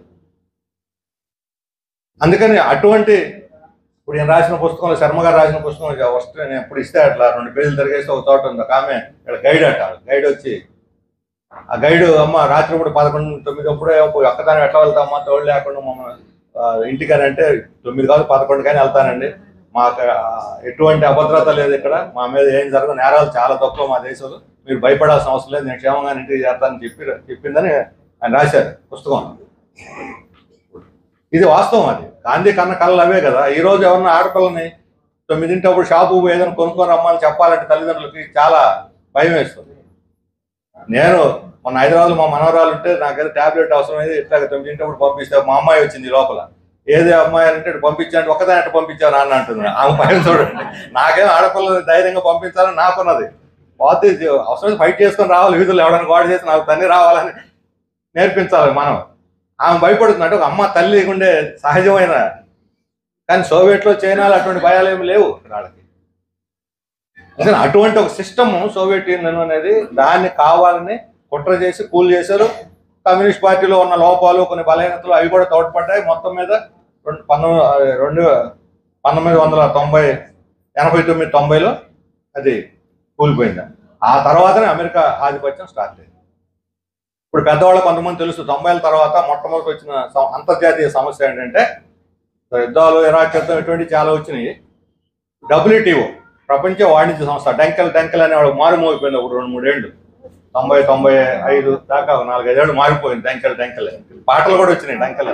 వాడు ఒక ప్రపంచ వాణిజ్యం, ఒక నియమ నిబంధనలు రూపొందిస్తూ ఒక సంస్థను ఏర్పాటు చేయాలని ప్రతిపాదన పెట్టాడు. WTO అంటారు, వరల్డ్ ట్రేడ్ ఆర్గనైజేషన్, ప్రపంచ వాణిజ్య సంస్థ. ప్రపంచ బ్యాంకు లాగానే, IMF లాగానే అది. అంటే ఆ నియమ నిబంధన ఏ దేశం ఏ వస్తువుని ఎక్కడికి ఎగుమతి చేస్తే ఎంత సొంకం ఉండాలి, దిగుమతి చేసుకుంటే ఎంత సొంకం ఉండాలి, కామన్. ఎవరికి ఎక్కువ ఏ ప్రభుత్వాలు ఇష్టానుసారం మేము అమెరికా నుంచి ఇంత దిగుమతి చేసుకో, ఇంత పన్ను వేస్తామని ఇండియా అంటే కుదరదు. మీకు ఇష్టం ఉన్న లేకుండా దిగుమతి చేసుకోవాల్సిందే, ఇంత పన్ను వేయాల్సింది, ఇంతకు మించి వేయడానికి లేదు దిగుమతి మీద, ఎగుమతి మీద ఇంతకు మించి మీరు సబ్సిడీ ఇవ్వడానికి వీలు లేదు అని నిబంధనలు పెట్టేసింది. ఆ నిబంధనలు తప్పు, మనం నష్టం చేస్తాయి, మనం సంతకం పెట్టద్దు దీని మీద అని ఆ రోజు మన రైతు సంఘాలు కాల్ చేసి వామపక్షాలు వ్యతిరేకించింది. అయినా ఆ రోజు ఉన్నటువంటి ప్రభుత్వం సంతకం పెట్టేశారు. కొన్ని రోజులు వాజ్పేయి అన్నాడు, ఆ కాలంలో. తర్వాత పివి నరసింహారావు వచ్చాడు, మధ్యలో VP సింగ్ వచ్చాడు, సంతకం పెట్టకుండా ఆగిపోయాడు. తర్వాత పివి నరసింహారావు దాని సంతకం పెట్టేశారు. అదే WTO మన అందరి దేశాల మీద రుద్దింది అమెరికా. ఒప్పుకుంటారా లేదా? ఒప్పుకోకపోతే మీకు ఇచ్చే సహాయాలని ఆపేస్తాం, మీ మీద ఆంక్షలు పెడతాం, మీకు ఏ సరుకులు అమ్మం, మీ నుంచి ఏ సరుకులు కొనం. భయపడిపోయినాయి ప్రపంచ దేశాలు. చైనాతో సహా అందరూ సంతకాలు పెట్టేశారు. ఈరోజు అదే WTO మాకు నష్టం చేస్తుంది, మా దేశానికి వ్యతిరేకం, మేము దీన్ని అమలు జరపం, దీన్ని మేము ఆమోదించం అని చెబుతున్నాడు ట్రంప్. అమెరికా ఏ దేశం అయితే WTOని మన దేశం మీద రుద్దిందో అదే దేశం ఈరోజు ఆ WTO మాకు పనికిరాదు అంటున్నారు. అంటే వాడికి లాభం చేసి లాభం జరిగినంతకాలం WTO వాళ్ళకి కావాలి. ఇప్పుడు వాళ్ళకి నష్టం అవుతుంది కాబట్టి WTO మాకొద్దు. ట్రంప్ ఆ అంశం మీద మన ఎన్నికలు గెలిచాడు రెండోసారి. ఏమిటి కారణం? ఏ WTOని వాళ్ళ దేశం మీద మన దేశం మీద రుద్దారో అదే WTO వద్దని ఇప్పుడు అమెరికా ఎందుకు అంటున్నది? ఏ దేశం అయితే అన్ని దేశాలు తలుపులు తెరవండి అని చెప్పి స్వేచ్ఛ, లిబరలైజేషన్, సరళీకరణ విధానాలు చెప్పి అన్ని దేశాల మీద రుద్దిందో ఆ దేశం ఇప్పుడు నియంత్రణ పెట్టాలి. ప్రొటెక్షనిజం అంటే రక్షణవాదం, ఎవరినో మా దేశాన్ని మేము రక్షించుకుంటాం అనే మాట ఎందుకు చెప్పాల్సి వచ్చింది?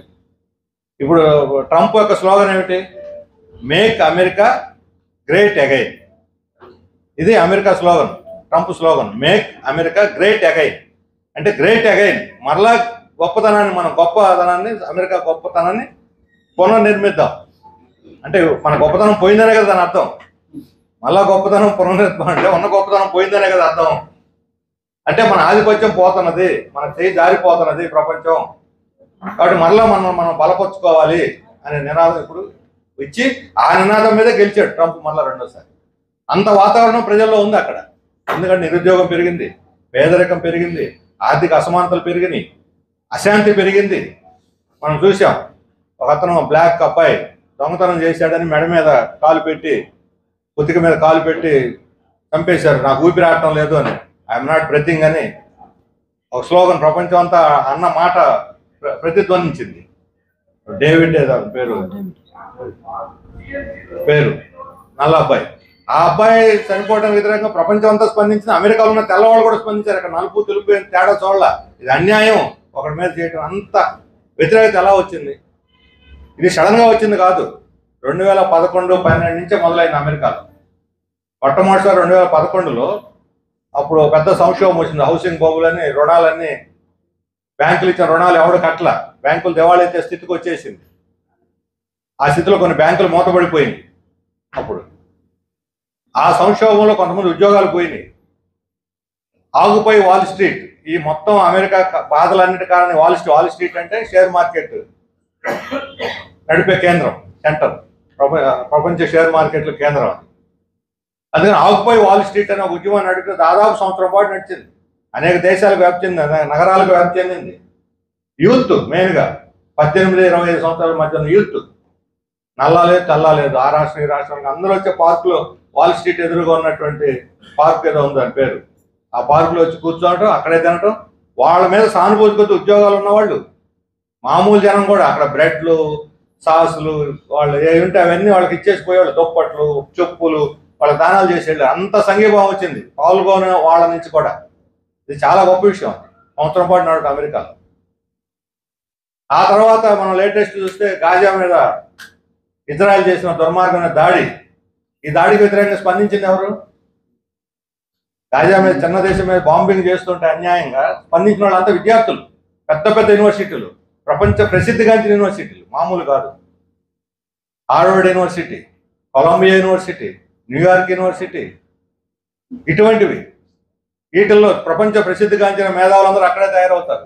ఆలోచన విధానాలన్నీ అక్కడే ఆవిర్భవిస్తాయి. అటువంటి యూనివర్సిటీలో ఉండేవాళ్ళు స్టూడెంట్స్ మాత్రమే కాదు, వాళ్ళకి మద్దతుగా ప్రొఫెసర్లు, ఫ్యాకల్టీ వాళ్ళు, యూనివర్సిటీలు. ఇప్పుడు హార్వర్డ్ యూనివర్సిటీ తాజాగా మీరు చూస్తుంటారు, నేను పండేవునని ట్రంప్ ముందుగా, ఏమి మీరు పాలస్తీనాకు మద్దతుగా ర్యాలీలు చేస్తున్నారు, మీరు పోషించుకోండి, నేను ఇవ్వను అంటే. పాలస్తీనాకు మద్దతుగా గొంతెత్తినందుకు, ఒక ప్లే కార్డు పట్టుకున్నందుకు, ఒక ఊరేగింపులో పాల్గొన్నందుకు మన దేశంలో కూడా చాలా మంది వెనక్కి పంపారు. ఒక అమ్మాయిని వెనక్కి పంపింది, వీసా రద్దు చేసి ఆ ఊరేగింపులో పాల్గొన్నదని. ఆ అమ్మాయి మద్దతుగా హార్వర్డ్ యూనివర్సిటీలో ఇంకొక అమ్మాయి, శృతి కుమార్ అని, ప్రపంచవ్యాప్తంగా ఇప్పుడు పాపులర్ అయిన speech, viral speech, world wide గా గ్రేట్ స్పీచెస్ ఆఫ్ వరల్డ్ అని 4 స్పీచెస్ ఈ 2024లో ఫేమస్ అయినాయి అని యూట్యూబ్ వాళ్ళు పెడితే అందులో ఈ అమ్మాయి ఒకటి. ఈ మద్దతుగా ఆమె కూడా అమెరికన్ ఇండియన్, అంటే ఎప్పుడో అక్కడ స్థిరపడినటువంటి ఇండియన్. ఇప్పుడు ఉషా అని వచ్చింది కదా ఉపాధ్యక్షురాలు, వ్యాన్ అంటే వ్యాన్ భార్య ఉషా వ్యాన్. అలాగే అలాంటి కూడా ఆమె ఇండియన్. అలాగే ఈ శృతి కుమార్ కూడా అక్కడ పోయి స్థిరపడ్డటువంటి వాడు. అటువంటి వాళ్ళు కూడా పంపించేస్తామని బెదిరిస్తున్నాడు. అంటే ఇవన్నీ కూడా అమెరికాలో పెచ్చరిల్లుతున్నటువంటి అశాంతి, ప్రజల్లో ముఖ్యంగా యూత్లో వస్తున్నటువంటి తిరుగుబాటు భావాలు, ఒక ప్రజాతంత్ర భావాలు, నిరంకుశత్వానికి వ్యతిరేకంగా వాడిని గొంతుని అణగదొక్కేస్తే పాకిస్తాన్కి మద్దతుగా ప్లే కార్డు పడితే నేను జైలు వేస్తాను, నేను వైఎస్ఆర్ రద్దు చేస్తాను, నీ మీద కేసు పెడతానంటే అది ప్రజాస్వామ్యం. సోషలిస్ట్ దేశాల్లో స్వేచ్ఛ లేదు, అక్కడ ఎవరైనా భిన్నాభిప్రాయం కాల్చి పారేస్తారు. ప్రచారం చేసేవాళ్ళు దీని గురించి మాట్లాడడం ఏంటి? ఇంత అన్యాయం ఆ జయప్రకాష్ నారాయణ దీని మీద గొంతెత్తొద్దా? మన విద్యార్థులకు ఇంత అన్యాయం జరుగుతుంటే దీన్ని మాట్లాడరు. ట్రంప్ చేసేది వాళ్ళ దేశానికి అవసరమేనట వాళ్ళకి. ఇలాంటి వాళ్ళు ఉన్నారు అక్కడక్కడ. మన దేశంలో తల్లిదండ్రులు, ఇక్కడ ఉన్నటువంటి విద్యార్థులు వాళ్ళు ఎవరు దీన్ని మెచ్చుకోవట్లేదు, ట్రంప్ విధానాలు ఎవరు మెచ్చుకోవట్లా. ఈ బ్యాక్గ్రౌండ్లోనే ఆయన మేకింగ్ అమెరికా గ్రేట్ అగైన్ లేదా అమెరికా ఫస్ట్ సింపుల్గా, దీంట్లో భాగంగా ఏమిటి, మన దేశంలో అంటే అమెరికాలో ఉండే పెట్టుబడులన్నీ ప్రపంచం అంతా వెళ్ళిపోయినాయి. పెట్టుబడికి ఏం కావాలి? లాభం కావాలి. వాడికి అమెరికా లేదు, ఇండియా లేదు. దేశం మీద పెట్టుబడికి ప్రేమ ఉండదు. పెట్టుబడికి దేశం మీద ప్రేమ ఉండదు, జాతీయ భక్తి ఉండదు, వాడికి ప్రజల మీద వాటికి ఉండదు ప్రేమ. దానికి ఒకే ఒక వస్తువు మీద ప్రేమ పెట్టుబడికి. దేని మీద? లాభం అనే ఒక వస్తువు మీదే ప్రేమ. ఎక్కడ లాభం? ఇండియాలో పెట్టుబడి పెడితే లాభం రాదంటే ఇదే పెట్టుబడిని వెనక్కి తీసుకొని పాకిస్తాన్లో పెడతాడు వాడు. పాకిస్తాన్ ఇండియా మీద తేడాలే, వాడికి తేడాల లాభం ఎక్కడ ఎక్కువ వస్తుంది. అందుకని అమెరికాలోని పెట్టుబడులన్నీ సింగపూర్, మలేషియా, బ్యాంకాక్, ఇటువంటి అన్ని దేశాల్లో అవన్నీ ఫైనాన్షియల్ సెంటర్స్, చిన్న చిన్న దేశాలు ఫైనాన్షియల్ సెంటర్స్. అక్కడ ఒకే కంపెనీలో అనేక దేశాల పెట్టుబడులు ఉంటాయి. అమెరికా పెట్టుబడులు ఉంటాయి ఆ కంపెనీలో, బ్రిటన్ వాడి ఉంటాయి, ఇండియా వాళ్ళే ఉంటాయి. ఇండియా పెట్టుబడులు ఎలా ఉంటాయి? ఇప్పుడు 2014లో మోడీ అధికారానికి వచ్చినాడు పెద్ద వాగ్దానం చేశాడు. స్విస్ బ్యాంకులో ఉన్న 25 లక్షల కోట్లు, 25 లక్షల కోట్లు ఇండియా డబ్బు, దొంగ డబ్బు, బ్లాక్ మనీ. దీన్ని నేను వెనక్కి తీసుకొచ్చి ప్రతి ఒక్కరి బ్యాంక్ అకౌంట్లో 15 లక్షలు వేస్తాను అన్నాడు. వాగ్దానం అందరికి ఆశ పుట్టి వేసే రోడ్లు అన్నాడా లేదా? అన్నాడు. వేశారా? మరి ఆ డబ్బులన్నీ ఏమైనాయి? ఆ రోజు 25 లక్షల కోట్లు ఉన్నాయి స్విస్ బ్యాంకులో అని చెప్పినాడు మోడీ. ఈ రోజు ఎంత ఉందో చెప్పాలి. స్విస్ బ్యాంక్ వాళ్ళే అది అనధికారికంగా వదిలిన సమాచారం ఏంటంటే ఇండియాకు సంబంధించి 7,900 కోట్లు ఉంది దొంగ డబ్బు. స్విస్ బ్యాంకులో ఇండియా డబ్బు ఎంత ఉందంటే 7,900 కోట్లు. అంటే మిగతా అంతా హరించుకుపోయినట్టే. ఈ 7,900 అయినా పాస్వర్డ్లు మర్చిపోయిన వాళ్ళు, పాస్వర్డ్ కొడితే కానీ డబ్బు రాదు. పాస్వర్డ్ మర్చిపోయిన వాళ్ళు లేదా చచ్చిపోయిన వాళ్ళు వాళ్ళ వారసులకు చెప్పకుండా ఆ కడక ఒక డబ్బుకున్న గుండె కార్డియాక్ అరెస్ట్ అయిపోయాడు అనుకోండి, బతుకుతాను వాడు ఏ రహస్యం చెప్పకుండా చేస్తాడు వాడు. పిల్లలకు కూడా తెలియదు. అటువంటి డబ్బు ఇదంతా. అటువంటి డబ్బు లేదా చేతకాని వాళ్ళు ఏదో ఉంటారు. మిగతా డబ్బు అంతా ఎట్టిపోయింది? ఈ డబ్బు అంతా ఈ సింగపూరు, దుబాయ్, బ్యాంకాకుల్లో ఉండేటువంటి అంతర్జాతీయ కంపెనీలకు మళ్లించేశారు. ఆ కంపెనీల్లో ఎవడు పెట్టుబడి పెడుతున్నాడు? పలానా శ్రీనివాసరావు పెట్టుబడి 10 లక్షలు అని ఉండబల్లే. శ్రీనివాసరావు పాస్వర్డ్ ఉంటుంది, కోడ్ PSN అని పెట్టుకున్నాడు, లేకపోతే 123. ఈ 123 ఆడు 10 లక్షలు ఉంటుంది. వాడు కూడా చెప్పాల్సిన అవసరం ఇప్పుడు వాళ్ళ కంపెనీల చట్టం ప్రకారం. ఈ డబ్బు అంతా వాడు ఉంటుంది. దీని లాభం వస్తే వాళ్ళకి సర్లే, వాళ్ళకి షేర్లు ఇస్తారు, లాభాలు వాటేస్తారు ప్రతి సంవత్సరం. ఇట్లాంటి కంపెనీలే ఇప్పుడు మన ఇండియాకు వస్తున్న విదేశీ పెట్టుబడి. ఈ విదేశీ పెట్టుబడులు అవసరం మన రాష్ట్రానికి? ఇక్కడ పెట్టుబడులు లేవా? ఇక్కడ సంపద లేదా? ఇక్కడ సంపద పరులు లేరా? 2020 నేను హైదరాబాద్ను సృష్టించాను చంద్రబాబు నాయుడు గారికి ఈ రాష్ట్రంలో సంపద పరులు ఎవరో తెలియదా? ఈ 30 ఏళ్లలో ఆంధ్రప్రదేశ్లో అలిమాలిన సంపద పోగేసుకున్న పెద్దవాళ్ళు, రిచ్ పీపుల్, నయా ధనిక వర్గం ఇంతమంది ఉన్నారు. ఇంతకుముందు ఆంధ్రప్రదేశ్ నుంచి బెంగాల్కో లేకపోతే ఉత్తరాఖండ్కో పోయి పెట్టుబడులు పెట్టడానికి నమ్మేవాళ్ళం కాదు. అట్లా అంత సత్తా ఉన్నవాళ్ళు కూడా లేరు 30-40 ఏళ్ల క్రితం. ఈరోజు దేశంలో కాదు, ఆఫ్ఘనిస్తాన్కి, ఆఫ్రికాకు పోయి 1000 ఎకరాల భూములు కొంటున్నారు. అమెరికాలో పెట్టుబడులు పెడుతున్నారు, రష్యాలో పెట్టుబడులు పెడుతున్నారు. మన ఆంధ్రలో అంత దిగబలిసిన వాళ్ళు ఉన్నారు. లక్షల కోట్లు, 1,00,000 కోట్లు అంటే మనం 1,00,000 రూపాయలు అన్నంత సులభంగా చెప్పేస్తున్నారు 1,00,000 కోట్లకి. అంత సంపాదించిన వాళ్ళు. మరి ఈ డబ్బు అంతా ఎట్టబోతుంది? ఈ డబ్బు వాళ్ళకి ప్రేమ ఉంటే, ఆంధ్రప్రదేశ్ మీద ప్రేమ ఉంటే, మన జాతి, మన రాష్ట్రం విడిపోయిన తర్వాత నష్టపోయాం, మన వాళ్ళని ఉద్ధరిద్దాం. ఇక్కడ ఉద్యోగాలు ఇప్పుడు చంద్రబాబు నాయుడు చెబుతున్నాడు కదా P4 అంటే ఏంటి? మొదట ఏం చెప్పాడు? P4 అంటే పెట్టుబడుల వాటా అని చెప్పాడు. ఇప్పుడు ఏం చెబుతున్నారు? P4 అంటే పేదరిక నిర్మూలన అని చెబుతున్నాడు. సర్వేలు కూడా చేస్తున్నారు. P4 సర్వేని సచివాలయ ఉద్యోగులు పోయి సర్వే చేశారు. పెట్టుబడుల్లో వాటా పోయి పేదరిక నిర్మూలన కింద మారిపోయింది P4. మరి ఈ సంపన్నులు అందరూ పేదవాళ్ళని ఉద్ధరిస్తారట. నేను ఒకటే ప్రశ్న అడిగాను గవర్నమెంట్, ఇక్కడ కూడా చెప్తున్నాను. సంపన్న పరులు పేదవాళ్ళని ఉద్ధరించే గొప్పవాళ్ళు అయితే, అంత గొప్ప హృదయం వాళ్ళకుంటే, మనసు కరుణా రసం ఉప్పొంగిపోతుంటే, వాళ్ళు నిర్వహించేటువంటి ఫ్యాక్టరీల్లో ఒక 1000 రూపాయలు వేతనం పెంచమనండి. నేను ఎక్కువ అడగట్లా, కనీసం వేతనం 26,000 రూపాయలు అట్లా. ₹1 వేతనం పెంచుకోవడానికి నానా తంటాలు పడాల్సి వస్తుంది అక్కడ కార్మికులు. 7,000 8,000 మహా ఇస్తే 12,000 ఇచ్చేదాడు. ఈరోజు 12,000 తోటి ఒక కార్మికుడు బతకగలదా? కార్మిక కుటుంబం బతకగలదా? మరి వాళ్ళకి జీతాలు పెంచడానికి ఈ సంపన్నుల హృదయం రాదా, ముందుకు రాదా? పేదవాళ్ళని ఉద్ధరించి అంత గొప్ప మనసు ఉన్నవాళ్ళు 10 కుటుంబాలను తీసుకుంటాడు. దత్తత గ్రామాల్లోనే ఇంతకుముందు ముఖ్యమంత్రిగా ఉన్నప్పుడు చంద్రబాబు నాయుడు గారు అప్పుడు జన్మభూమి పేరుతోటి దత్తత గ్రామాలు అప్పచెప్పాడు. చాలా మంది సినిమా యాక్టర్లు కూడా వచ్చారు, ఈ ఊరిని తీసుకుంటా ఆ ఊరు తీసుకుంటాను. ఇప్పుడు ఆ ఊళ్ళన్నీ ఏమైనా మనకు తెలియదు. మీ చిత్తూరు జిల్లా, తిరుపతి జిల్లాలో ఏమన్నా దత్తత గ్రామాలు ఉన్నాయో నాకు తెలియదు. ఏ ఊరన్నా ఆ దత్తత గ్రామాలు ఏమన్నా ఉన్నాయా పేరుకి అభివృద్ధి అయింది?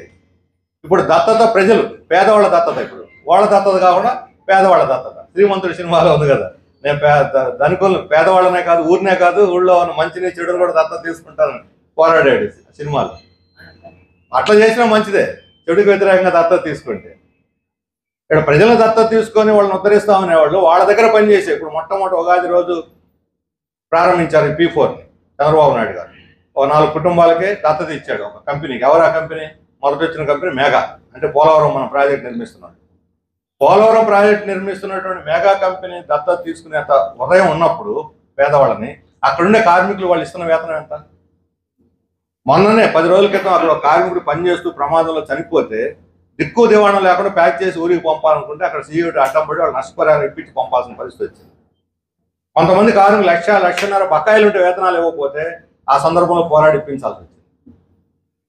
మరి జీతాలే అంతంత మాత్రం, మళ్ళీ అవి బకాయిలు. మరి అక్కడే చేయట్లేదే. వీళ్ళందరూ ఎంత వేతనాలు, ఎవరో కనీస వేతనాలు అమలు జరిపేవాళ్ళు, ప్రభుత్వం కూడా అడగదు. ఈ దత్తత తీసుకున్నందుకు పేదవాళ్ళని అక్కడ ఉద్యోగాలు, వాళ్ళకి వేతనాలు కోత పెట్టినా సహిస్తుంది, జీతాలు ఇవ్వకపోయినా సహిస్తుంది. ఆ జీతాలు ఇవ్వకుండా డబ్బులు మిగుల్చుకొని ఇవ్వమంటారు. ఇప్పుడు CSR అని ఉంది, కార్పొరేట్ సోషల్ రెస్పాన్సిబిలిటీ. అంటే పెట్టుబడిదారులు వచ్చిన లాభాల్లో 2% అభివృద్ధి కోసం సమాజానికి ఖర్చు పెట్టాలని. దాన్ని ఎక్కడైనా ఖర్చు పెట్టారా? CSR నిధుల్ని ఒకవేళ పెడితే గిడితే రాజకీయ నాయకులు అడిగిన చోట వాళ్ళ ఓట్లు బ్యాంకు కోసం ఇస్తారు. అంటే డబ్బు డైరెక్ట్ లంచం బదులు నేరుగా జనానికి ఇప్పిస్తారు. మీ ఊరికి ఒక కమ్యూనిటీ హాల్ కట్టిస్తానన్నాడు అనుకో, CSR అన్నట్టుగా వాడు కట్టిస్తాడు, ఒక రోడ్డు వేయిస్తాడు. అది ఎవరు MP పేరు మీద, MLA పేరు మీద ఉంటే తర్వాత రేపు ఓట్లు పొందడానికి అది ఆ రాజకీయ కారణాలతో చేసేవి. ఎక్కడన్నా ఒకరు అరా ఉండొచ్చు, దయాములు లేరని అసలు లేరని చెప్పను, 10% 15% ఉంటుంది. ఇప్పుడు ఆ CSR నిధులన్నీ పోగేసి వాటి ద్వారా దత్తత ఇప్పించి ఖర్చు పెట్టిస్తానన్నాడు. అది దాన్ని అనుకున్న రహస్యం చంద్రబాబు నాయుడు గారు. వాళ్ళ అసలు సొంత డబ్బులు ఏం పెట్టడం లేదు CSR నిధుల నుంచి. కాబట్టి ఇంత ఒక పరిస్థితి, దారుణమైనటువంటి పరిస్థితి ఇక్కడ ఎందుకున్నది? కొనుగోలు శక్తి లేదు పేదలకి, వేతనాలు లేవు కాబట్టి కొనుగోలు శక్తి లేదు. మరి ఆ పెట్టుబడి, అంతర్జాతీయ పెట్టుబడి ఇక్కడికి వచ్చి ఇక్కడ ఉద్యోగాలు కల్పిస్తుంది. ఎన్ని లక్షలు వచ్చింది, అన్ని లక్షలు వచ్చిన రోజు ప్రకటనలు వస్తున్నాయి. వాళ్ళకి భూములు ఇవ్వాలి. ఎందుకు ఇవ్వాలి? కంపెనీ భూములు అంటే 2 లక్షలు ఉద్యోగాలు ఇస్తారు, భూములు ఇవ్వాలి.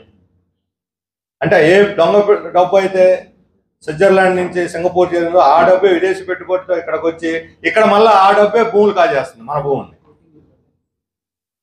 ఆ భూములో పరిశ్రమలు పెట్టరు, అయినా ఆ భూముల మీద రియల్ ఎస్టేట్ వ్యాపారం జరుగుతుంది, ఆ లాభాలు వస్తాయి. అంటే బ్లాక్ని వైట్గా మార్చడానికే విదేశీ పెట్టుబడులు ఉపయోగపడుతుంది. సగం, నేను అంతా 100% అంటలేదు, సగానికి పైగా విదేశీ పెట్టుబడులు బ్లాక్ మనీని వైట్ మనీగా మార్చడానికే తోడ్పడుతుంది. ఈ స్థితిలో అమెరికా వాడు ఈ పెట్టుబడులన్నీ లాభాలు ఎత్తుక్కుంటూ పోతే అమెరికాలో ఇప్పుడు ఉద్యోగాలు లేవు, పరిశ్రమలు లేవు, అశాంతి రగిలింది యూత్లో. ముఖ్యంగా 12th అంటే ఇంటర్ డిగ్రీ గ్రాడ్యుయేట్ చదివిన వాళ్ళు అశాంతి. వాళ్ళకి ఉద్యోగాలు లేవు, ఉద్యోగాలు కావాలంటే పెట్టుబడి కావాలి. అందుకని ఏమన్నాడు, అమెరికా వాళ్ళు అందరూ బయటకు పోతే ఇక్కడే పెట్టుబడి పెట్టండి, అమెరికాలోనే. మీరు అమెరికాలో పెట్టుబడులు పెట్టకుండా బయటకు తీసుకెళ్తే మీ మీద ఫైన్లు వేస్తాం, మీ మీద ట్యాక్స్ పెంచుతాం, మీరు ఇక్కడ ట్యాక్స్ ఎక్కువ కట్టాలి, ఇక్కడ నుంచి వేరే దేశాన్ని మీరు తరలించకపోతే పెట్టుబడి మాకు ఎక్కువ ట్యాక్స్ కట్టాలి. అందుకని కొంతమంది అయినా భయపడిపోయి అక్కడ ఎక్కువ మంది అడ్డం తిరుగుతున్నారు. నీకెందుకు ట్యాక్స్ కట్టాలి, మేము మాకు లాభం వచ్చిన చోట పోతాం. దేశం లేదు, ప్రేమ లేదు. అదే అందుకే దాని నుంచి నేను చెబుతాను, దేశం లేదు, ప్రేమ లేదు. పెట్టుబడికి లాభం మీద ప్రేమ. మాకు లాభాలు వస్తే పోతాం అంటే అక్కడ వచ్చే లాభం మీద నేను ఇస్తాను నాయన మీకు ఇన్సెంటివ్ కింద ఎడపెట్టండి అంటున్నాడు వాళ్ళతో రాజీపడి. కాబట్టి అమెరికా నుంచి తరలిపోయే లాభాల కోసం ప్రపంచంతో వ్యాపించినటువంటి పెట్టుబడి, ఆ పెట్టుబడి అమెరికా ఆధిపత్యానికి కారణం ప్రపంచం మీద. ఆ పెట్టుబడి ఈరోజు అమెరికా సంక్షోభానికి కారణమైంది. అందుకని దాన్ని కంట్రోల్ చేయడానికి ఇప్పుడు దేశానికి రప్పించడానికి నానా దండాలు పడుతున్నాడు ట్రంప్. అట్లాగే అమెరికాలో చదువుకున్నటువంటి వాళ్ళు ప్రపంచంలో ఉన్న మేధావులందరినీ పిలిపించుకుంది తన దగ్గర రీసెర్చ్ అన్ని కొత్త విషయాలు కనిపెట్టి డెవలప్ చేయడానికి. మన దేశంలో ఉన్న ఇందాక చెప్పే ఇంజనీర్లు, డాక్టర్లు, వీళ్ళందరూ కూడా సైంటిస్టులు అమెరికాకి వెళ్ళిపోయారు. ఎక్కువ జీతాలు వస్తాయి, మంచి జీవితం అని అక్కడికి వెళ్ళిపోయారు. ఇటువంటి వాళ్ళు ప్రపంచం నలుమూల నుంచి చేసుకెళ్ళిపోయారు. ఇప్పుడు అమెరికా వాళ్ళు ఏమన్నారు, ఈ ప్రపంచ దేశాలందరూ వచ్చే ఉద్యోగాలు చేస్తే మా పరిస్థితి ఏంటి, వీళ్ళందరినీ పంపించేసి మాకు ఉద్యోగాలు వస్తాయని అక్కడ ఉండే నిపుణులు, గ్రాడ్యుయేట్లు, పోస్ట్ గ్రాడ్యుయేట్లు వాళ్ళు అడుగుతున్నారు ఉద్యోగాలు లేక. అందుకని మీరు ఎవరు ఇక్కడ ఉద్యోగాలు చేయడానికి లేదు, చదువుకున్న వాళ్ళు చదువు పూర్తి చేసుకుని వెళ్ళండి, మీరు ఉద్యోగం చేస్తే వెనక్కి పంపించేస్తారు. ఉద్యోగం చేయొచ్చని ఒబామా ఉన్నప్పుడు పెట్టాడు నిబంధన, 20 గంటలు 40 గంటలు అట్లా ఇచ్చాడు చదువుకుంటూ ఉద్యోగం చేయడానికి బయట నుంచి వచ్చిన వాళ్ళు. ఇప్పుడు ఆ నిబంధన ఎత్తేసి మీరు వెళ్ళిపోండి అంటున్నాడు. ఇప్పుడు సగం మంది విద్యార్థులు వెనక రావడానికి సిద్ధమై ఉన్నారు, భయపడిపోతున్నారు. సెల్ఫ్ డిపోర్టేషన్, మీ అంతా మీరే ఆన్లైన్లో పెట్టుకొని తీసుకెళ్ళండి, వెళ్ళిపోతామని చెప్పండి, లేకపోతే మీకు జైలుకు పోవాల్సి వస్తుందని భయపెడుతున్నారు. ఇక్కడ తల్లిదండ్రుల ఆందోళన. ఇప్పుడు అమెరికా పోదామని కలలుగానే లక్షలు పెట్టి ఇంజనీరింగ్ గ్రాడ్యుయేట్లు వీసాల కోసం అమెరికా ఎంబసీలు చుట్టూ తిరుగుతున్న వాళ్ళందరూ ఇప్పుడు ఆ ప్రయత్నం విరమించుకొని ఇక్కడ ఏదో చిన్నపాటి ఉద్యోగం చేసుకుందాం అనుకుంటున్నారు. ఇక్కడ ఒత్తిడి పెరుగుతుంది మనకి, మళ్ళాంటి దేశాల్లో నిరుద్యోగులు ఒత్తిడి. అందుకని వాళ్ళ సమస్య నిరుద్యోగం. ఇప్పుడు అక్కడ సరుకులు ఉత్పత్తి చేసే పరిశ్రమలు రావాలని చెప్పాం. పరిశ్రమలు రావాలంటే, పెట్టుబడులు రావాలంటే అక్కడ ఉన్న సరుకులు అమ్ముడుపోవాలి కదా. అందుకని అక్కడ ఉత్పత్తి, మా ఉత్పత్తే ప్రపంచంతో అమ్ముడుపోవాలి. ఇప్పుడు అమెరికా మార్కెట్ల నిండా చైనా వస్తువులు నిండిపోతున్నాయి. ఇప్పుడు ఎవరైనా మన అమెరికా నుంచి మిత్రులు వస్తే మనకు బహుమతులను తెచ్చారనుకోండి, మీకు ఒక కంప్యూటరు, లేకపోతే ఫోను, సెల్ ఫోన్ తెచ్చి ఏదైనా కావచ్చు, ఈవెన్ బ్యాటరీ అయినా సరే, గుండు సూదైనా సరే, ఆ ప్యాక్ మీద ఉంటుంది చూడండి, మేడ్ ఇన్ చైనా అని ఉంటుంది. బట్టలు తెస్తే made in Thailand, made in Vietnam, made in Bangladesh అని ఉంటుంది. అక్కడక్కడ మేడ్ ఇన్ ఇండియా కూడా ఉంటుంది. ఎక్కువ ఆ దేశాల నుంచి పోతాయి, ఎందుకంటే చౌక వస్తుంది లేబర్. ఇప్పుడు ఇండియా ఏమనుకుంటుంది, ఈ ట్రంప్ పెట్టిన నిబంధనల వల్ల చైనా వాళ్ళ నుంచి దిగుమతి చేసుకునే తగ్గిపోయింది కాబట్టి అమెరికా, మన మార్కెట్కి డిమాండ్ వస్తుంది ఇప్పుడు అని ఆశతో ఉన్నాడు ట్రంప్, మన మోడీ. అందుకని అమెరికా వాళ్ళు ఇన్ని ఆంక్షలు పెడుతున్నా మాట్లాడాల, మనం దీన్ని ఉపయోగించుకుందాం అని. కానీ తీరా చూస్తే చైనా నుంచి బయటకు వెళ్ళిపోయే పెట్టుబడులు ఎక్కడికి పోతున్నా, ఇండియాకి రావటంలా. అమెరికా కంపెనీలు పోతే అమెరికాకు పోతున్నారు, లేకపోతే వియత్నాం, మలేషియా లాంటి దేశాలకు తరలిస్తున్నారు. వియత్నాం, మలేషియా లాంటి దేశాలు బలపడుతున్నాయి. ఇప్పుడు చైనా తగ్గిన మార్కెట్ ఎవరికి పోతుందంటే మళ్ళీ ఆ దేశాలకు పోతుంది. తూర్పు మన దేశానికి రావట్లా. వాళ్ళకి 80% పోతే 20% మనకు వస్తుంది. అందుకని మన కోరికలు ఏమైనా నెరవేరట్లా, కానీ వీళ్ళు మాత్రం ఏమీ మాట్లాడాలి. అందుకని ఆ దేశంలో సరుకులు అమ్ముకోవటానికే ఈరోజు ట్యాక్స్ సిస్టమ్ చేసేస్తున్నాడు, పెంచేస్తున్నాడు అన్ని దేశాల మీద. ఆ దేశం, ఈ దేశం, ఇండియాతో సహా ఏ దేశం వాళ్ళైనా మా దేశంలో ఉందంటే బేస్ ట్యాక్స్ అని 10%. ప్రతి వస్తువు మీద, ప్రతి దేశం దిగుమతి చేసుకునే దాని మీద 10% తప్పనిసరిగా సుంకం కట్టాలి, కష్టం దిగుమతి సుంకం. ఆ తర్వాత సరుకును బట్టి, దేశాన్ని బట్టి 26%, 26% తర్వాత 34% కొన్నిటి మీద, 10 నుంచి 26, 26 నుంచి 34%. ఇంత పెరిగితే ట్యాక్స్ ఏమవుతాయి? ఇండియా బట్ట అనుకోండి, చొక్కా 100 రూపాయలు అనుకోండి, అంతకుముందు ఒక 5% ఉన్నప్పుడు 100 రూపాయల చొక్కా 105కి అమెరికా మార్కెట్లో అమ్ముతారు. అందుకని ఇండియాకు వచ్చేవాళ్ళు ఆ చొక్కాను కొనుక్కో మళ్ళీ మనకు బహుమతికి తెస్తారు, 105 రూపాయలు చౌక వస్తుంది. ఇప్పుడు ఏమైంది, అది 110 మినిమం, లేదంటే 125, లేదంటే 135, అంటే 1/3. ఒక్కొక్క దాని మీద, ఒక్కొక్క సరుకు మీద, ఒక్కొక్క బట్ట మీద, లేకపోతే ఆ యంత్రాల మీద ఒక్కో రకమైనటువంటి ట్యాక్స్. ఇప్పుడు మన దేశానికి సంబంధించి ఎఫెక్ట్ అవుతుంది ఏంటి దీని మీద, ఈ ట్యాక్స్ సిస్టమ్ వల్ల ట్రంప్ పెట్టిన ఒకటి. ఇక్కడ ఆక్వా రంగం, మన ఆక్వా రంగం ఎగుమతి మీద 26% సుంకం వేసేసాడు ట్రంప్. 26% సుంకం వేసేసరికల్లా కాస్ట్ అయిపోతుంది మన రొయ్యలు. మన రొయ్యల కంటే ఇండోనేషియా నుంచో ఇంకొక దేశం నుంచో వచ్చేటువంటి రొయ్యలు వాళ్ళకి చౌకగా వస్తాయి. అందుకని మన ఆర్డర్లన్నీ ఆపేశారు. అందుకని పోతూ పోతూ ఉన్నటువంటి 6వ తేదీన లిబరేషన్ డే అని ప్రకటించాడు. మొన్న ఏప్రిల్ 6వ తేదీన లిబరేషన్ డే. లిబరేషన్ డే రోజు ఇవన్నీ అనౌన్స్ చేశాడు. అంటే అమెరికాకి స్వేచ్ఛ వచ్చిందని అర్థం. ఇవన్నీ సొంకాలు వేసి మేము స్వేచ్ఛ తెచ్చుకున్నాం అమెరికాకి. దారిలో పోతూ పోతున్నటువంటి కంటైనర్స్, షిప్పుల్లో ఉన్న కంటైనర్స్ 6 లోపల చేరినోటికి ట్యాక్స్ అప్లై అవుతుంది, 6 తర్వాత వాటికి అప్లై అవుతుంది. ఈ సముద్రం మధ్యలో ఉన్న కంటైనర్లు వేగం పెంచి 6 లోపల కొంతమంది చేర్చుకున్నారు, కొంతమంది 6 తర్వాత చేర్చుకున్నారు. తప్పదు, వెనక రాలేడుగా అదే ఖర్చు అవుతుంది. మళ్ళీ వెనక తెచ్చిన ఏం చేయాలి? ఇంకొక 3-4 సంఖ్యనిచ్చే అత్యధిక మంది రైతులు పేదవాళ్ళు. అంటే 5 ఎకరాలు 10 ఎకరాలు, పేద అనలేవలే కానీ 5 ఎకరాలు 10 ఎకరాలు మధ్యతరగతి లేదా అటు ఇటు ఉండేటువంటి వాళ్ళు. సంపన్నులు 40%. ఈ 60% వాళ్ళు వీళ్ళు కూడా పీడిచ్చేస్తారు. ఈ ఎగుమతిదారులు, ఈ సిండికేట్ వీళ్ళందరూ ముంచేస్తారు, అప్పులు ఇస్తారు, వాళ్ళకి వడ్డీ. వాడు దయాదాక్షణం మీద ఆధారపడి వీళ్ళు అమ్ముకోవాలి. అంటే అమెరికాలో వచ్చిన ట్రంప్ సంక్షోభం వల్ల ఆక్వా రంగంలో ఈ వచ్చినటువంటి దీన్ని ఎవరి మీదకు తోసారు? ఈ సంక్షోభాన్ని ఎగుమతిదారులు, వ్యాపారస్తులు, రైతుల మీద తోసేశారు. రైతుల మీద తోయటమే కాదు, అదనంగా కూడా దూరుకున్నారు. ఎందుకంటే 3 నెలల ఉపశమనంలో వచ్చినటువంటి ఆదాయం రైతులకు బదలాయించాల. పాత ఎక్కువచ్చినటువంటి రేట్ని అట్లా కంటిన్యూ చేసి దాన్ని కూడా జేబులు వేసేసుకుంటారు. అంటే ఇది ట్రంప్కి మన దేశంలో సంపన్నులకి బంధుత్వం. అందువల్లనే మన నాయకులు మాట్లాడటం లేదు. అక్కడ మోడీ మాట్లాడు, ఇక్కడ చంద్రబాబు నాయుడు మాట్లాడు, పవన్ కళ్యాణ్ మాట్లాడు, ఎవరు మాట్లాడు.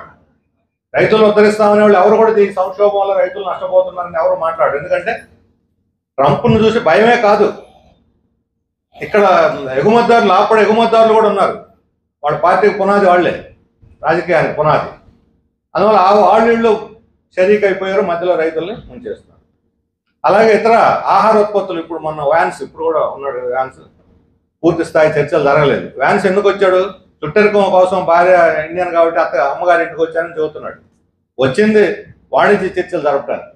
ఏమిటి వాణిజ్య చర్చలు? అమెరికా నుంచి ఇండియాకి వ్యవసాయ ఉత్పత్తుల్ని మేము దిగుమతి చేస్తాము. అంటే గోధుమలు, ఇవి యాపిల్ కాదు, బార్లీ కాకుండా కొన్ని ఇప్పుడు ఈ మధ్య మనం బాగా వాడుతూ ఉన్నాం. వరల్లో మనవి వాళ్ళు చేసేది ఓట్స్, ఇటువంటి ఆహార వస్తువులు. ఈ ఆహార వస్తువులు కాకుండా ఇంకొన్ని ఫుడ్ ప్రోడక్ట్స్. ఈ ఫుడ్ ప్రోడక్ట్స్ అమెరికా నుంచి దిగుమతి చేసుకునేటువంటి వాటి మీద మనం 36% పన్ను వేసాం.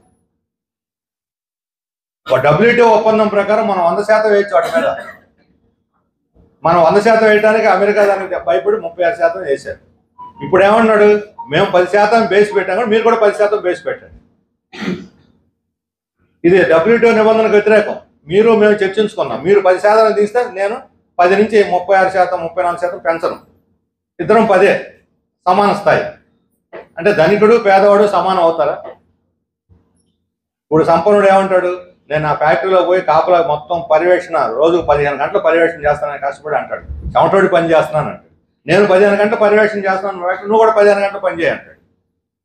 15 గంటలు పని చేసిన కార్మికుడికి ఎంత ఇస్తాడు? ఆయన పని చేస్తే ఒక 20,000, 25,000 ఇస్తాడు. 15 గంటలు చెమటోడ్చి పెట్టిన యజమానికి ఎంత వస్తుంది? లాభం కాదు నేను అడుగుతుంది, జీతం. యజమానికి జీతం ఉంటుంది, లాభం ఉంటుంది, 2 వేరు. తను సీఈఓగా, డైరెక్టర్గా ఉంటాడు. ఆయన పర్యవేక్షణ చేసినందుకు ఒక ఉద్యోగం ఉంటుంది లోపల, యజమానిగా వాటాదారుడుగా కాకుండా. దానికి ఎంత ఉంటుంది జీతం చెప్పండి? ఎంత తీసుకుంటారు వీళ్ళు యజమానులు? 2.5 కోట్ల నుంచి 10 కోట్ల దాకా ఉంటుంది ఆదాయం, నెలసరి ఆదాయం, నెలసరి వేతనం. లాభం కాదు, నెలకు కేవలం వేతనం, జీతం. వాళ్ళు కూడా తీసుకుంటారు జీతాలు, అమ్మాయిని కూడా తీసుకుంటాడు జీతం. లాభాలు కాని సంగతి కాదు, లాభాలు కాకుండా. లాభాల్లో వస్తాయి, లాభాల్లో వాటా వస్తుంది, అయినా వస్తాయి వాళ్ళకి. మరి నువ్వు 15 గంటలు పనిచేసి 2 కోట్లు జీతం తీసుకొని అదే 15 గంటలు పనిచేయండి కార్మికుడికి నేను 20,000 ఇస్తాను, 25,000 ఇస్తానంటే ఎట్లా? అదే సమానత్వం. 15 గంటలు సమానమే. ఏదో సమానత్వం లేదు. అమెరికా ఇండియా మా సమానత్వం కూడా అలాగే ఉంటుంది. నువ్వు 10%, నేను 10% వేస్తాను. మన 10% అమెరికాలో కాస్ట్లీ, వాడు దిగుమతి చేసుకోవడం. వాడు 10% ఇక్కడికి వస్తే చౌక. మన గోధుమలు పండించే రైతులు తట్టుకోలేరు ఆ పోటీకి, లేకపోతే ఇతర ఆహార ధాన్యాలు పండించేవాడు తట్టుకోలేడు, కూరగాయలు పండ్లు పండించేవాళ్ళు ఎవరు తట్టుకోలేరు. ఇప్పుడు డైరీ ప్రోడక్ట్స్ ఉన్నాయి మనకి, పాల ఉత్పత్తులు, ఇది కూడా అమెరికాని దిగుమతి అవుతుంది. పాల పొడి, పాల ఉత్పత్తులు మన డైరీలోనే మూతపడిపోతాయి. ఈ సహకార డైరీలే కాదు, చంద్రబాబు నాయుడు గారికి అర్థం కావట్లేదు, హెరిటేజ్ కూడా పోద్ది అమెరికా నుంచి. కానీ పాల ఉత్పత్తులు దిగుమతి ఆపేస్తే, లేదా వాళ్ళది ఏమైనా పారసరాలతో కుదుర్చుకుంటే మనకు తెలియదు. కానీ లేకపోతే ఎవరైనా సంక్షోభం ఎదుర్కోవాల్సింది. మరి ఇంత తీవ్రమైన షరతులు మన మీద రుద్దుతుంటే, మన వస్తువులు దిగుమతి చేసుకోవడం పన్ను పెంచుతాడు, వాళ్ళ వస్తువులు మాత్రం పన్ను తగ్గించి దిగుమతి చేసుకోవాలి. ఇది ద్వైపాక్షిక ఒప్పందం ఇప్పుడు జరగబోయేది. ఇది భారతదేశానికి ఎంత నష్టమో మనం ఆలోచించుకోవాలి. వ్యవసాయ రంగానికి గొడ్డలు పెట్టు, మరణశాసనం రాసినట్టే ఈ ద్వైపాక్షిక ఒప్పందాల్లో ట్రంప్ పెట్టినటువంటి షరతులను కానీ మనం అంగీకరించి సొంతం తగ్గించి వ్యవసాయ ఉత్పత్తులను దిగుమతి చేసుకుంటే మనం మరణశాసనం రాసుకున్నట్టే. ఆ రోజు WTO రోజు ఇదే చెప్పాం. టెంకెల్ ప్రతిపాదనలు రైతులకు మరణశాసనం ఉరితాడు అని చెప్పాము, బుక్కులు కూడా వేసాం.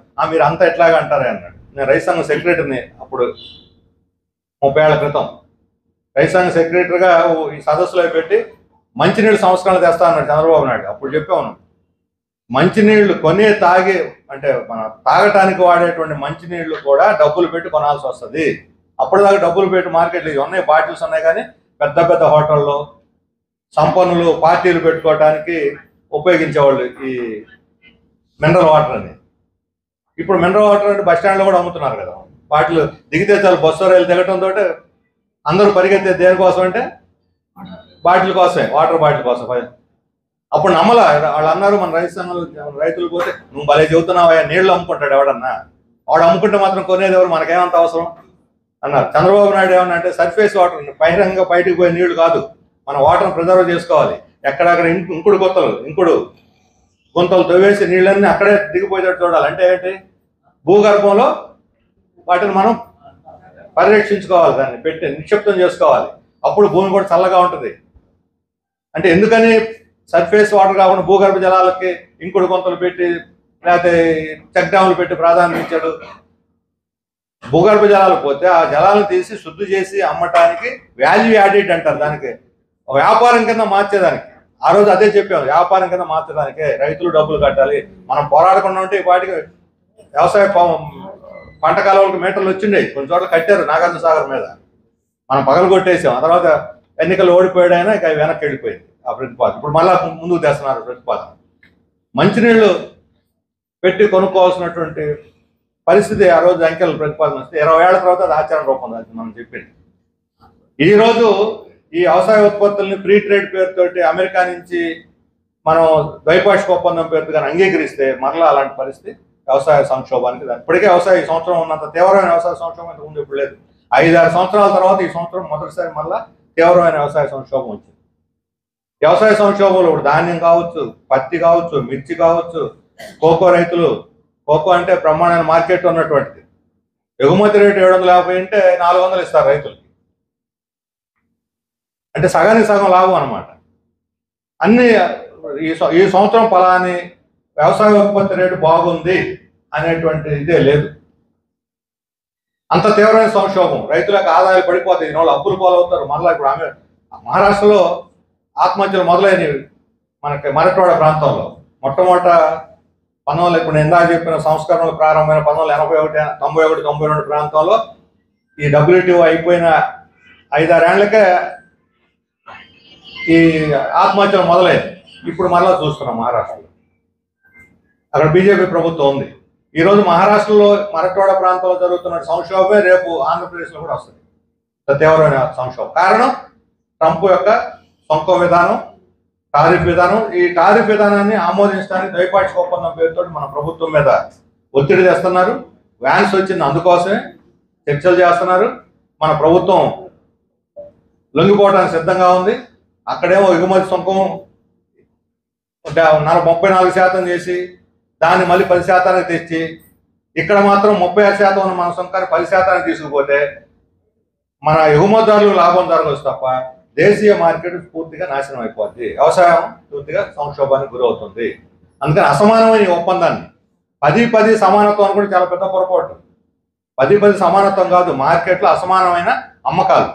మన వస్తువులు అమెరికా వాడు కొనడు, అమెరికా వస్తువులు మన దేశానికి దిగుమతి అవుతాయి. ఇది జరగబోయేది ఈ సిస్టమ్ వల్ల. దీని కాన్సిక్వెన్స్ ఫలితం ఇది. అందువల్లనే మన ఆర్థిక వ్యవస్థ ఇప్పటికే స్లో డౌన్ అయింది, సంక్షోభానికి దారి తీసే పరిస్థితులు ఏర్పడ్డాయి మన ఆర్థిక వ్యవస్థలో. ఇది కానీ జరిగితే వ్యవసాయం పూర్తిగా మూలన పడిపోతుంది. ఆ పరిస్థితి వస్తే మన ఆహార ధాన్యాల కోసం పూర్తిగా విదేశాల మీద ఆధారపడాల్సి వస్తుంది. ఆహారం కోసం విదేశాల మీద ఆధారపడే ఏ దేశం అయినా అది ఆత్మహత్య సమానం, ఉరేసుకోవడం లాంటిది. వాడు కానీ ఇప్పుడు వాడు కోపం వచ్చింది అనుకోండి, ఇప్పుడు మనం పాకిస్తాన్ టెర్రరిజం జరిగింది, ఏం చేసాం? సింధు జలాలను ఆపేసాం. తాగటానికి కూడా మంచినీళ్ళు దొరకవు పాకిస్తాన్కి.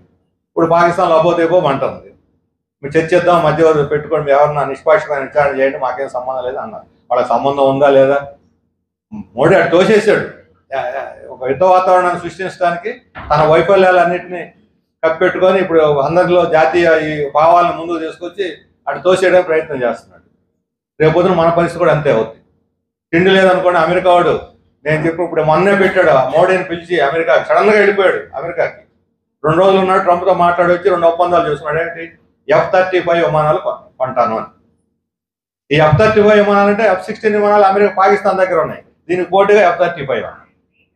F-35 విమానాల కన్నా అత్యంత ఆధునికమైన ఇంకా పవర్ఫుల్ విమానాలని, సుఖోయ్ విమానాలు రష్యా వాళ్ళు మనకు అమ్ముతున్నారు. రష్యా నుంచి నువ్వు కొనుక్కోవద్దు, మా నుంచే కొనాలి అని వాడి షరతు. ఇప్పుడు రష్యా నుంచి కొనుక్కోలేపి వాడి దగ్గర అమ్మితే రేపు పొద్దున సుఖోయ్ విమానాలు పాకిస్తాన్ కొనుక్కున్నాడు అనుకోండి, మన F-35 దాని దెబ్బ తట్టుకోలేదు. పైగా ఎక్కువ రేటు పెట్టి కొనాలి రష్యా కన్నా. అవసరం ఏంటి మనకి? అంతకన్నా మించి ఆయిల్ ఒప్పందం చేసుకున్నాను. మోడీ పోయి ట్రంప్తో ఒప్పందం చేస్తున్నాడు, ఆయిల్ గ్యాస్ నేను మీ దగ్గర కొంటాను అని. ఈరోజు ఆయిల్ గ్యాస్ మనకు సప్లై చేస్తున్నారు 80% ఇరాను రష్యా నుంచి వస్తుంది. Russia pipe line, Iran Russia pipe లైన్లు కూడా వేస్తున్నారు మనకి. ఇప్పుడు అమెరికా నుంచి కొంటే ఇరాన్ రష్యా నుంచి మనం తగ్గించుకోవాలి కొనుగోలు. రష్యా ఇరాన్ వాళ్ళు మనకు తక్కువ రేటుకి ఇస్తున్నారు. ఈ తక్కువ రేటుకి ఇచ్చేది కూడా డాలర్లో కట్టాల్సిన అవసరం, మనం విదేశీ మార్గ ద్రవ్యంలో కట్టాల్సిన అవసరం లేదు. మన రూపాయలు వాళ్ళకి ఇస్తే ఇరాన్ వాళ్ళకి రష్యా వాళ్ళకి ఆ రూపాయలు తీసుకొని మళ్ళీ మన దగ్గరే వస్తువులు కొనుక్కుంటారు. డాలర్లకి రూపాయలకి తేడా అదే వ్యాపారం. డాలర్లో ఇచ్చామనుకోండి, వాడు మన దగ్గరే సరుకులు కొనాలి ఏం లేదు, ఆ డాలర్లు తీసుకుపోయి ఇంకో దేశం దగ్గర వాడికి అవసరమైన కొనుక్కుంటాడు. అదే మనం రూపాయలు ఇచ్చామనుకోండి, పెట్రోల్కి ఇరాన్కి రూపాయలు ఇచ్చాం, ఒక బ్యారెల్ దీనికి 1 లక్ష రూపాయలు ఇచ్చాం. 1 లక్ష రూపాయలు ఏం చేయాలి వాడు?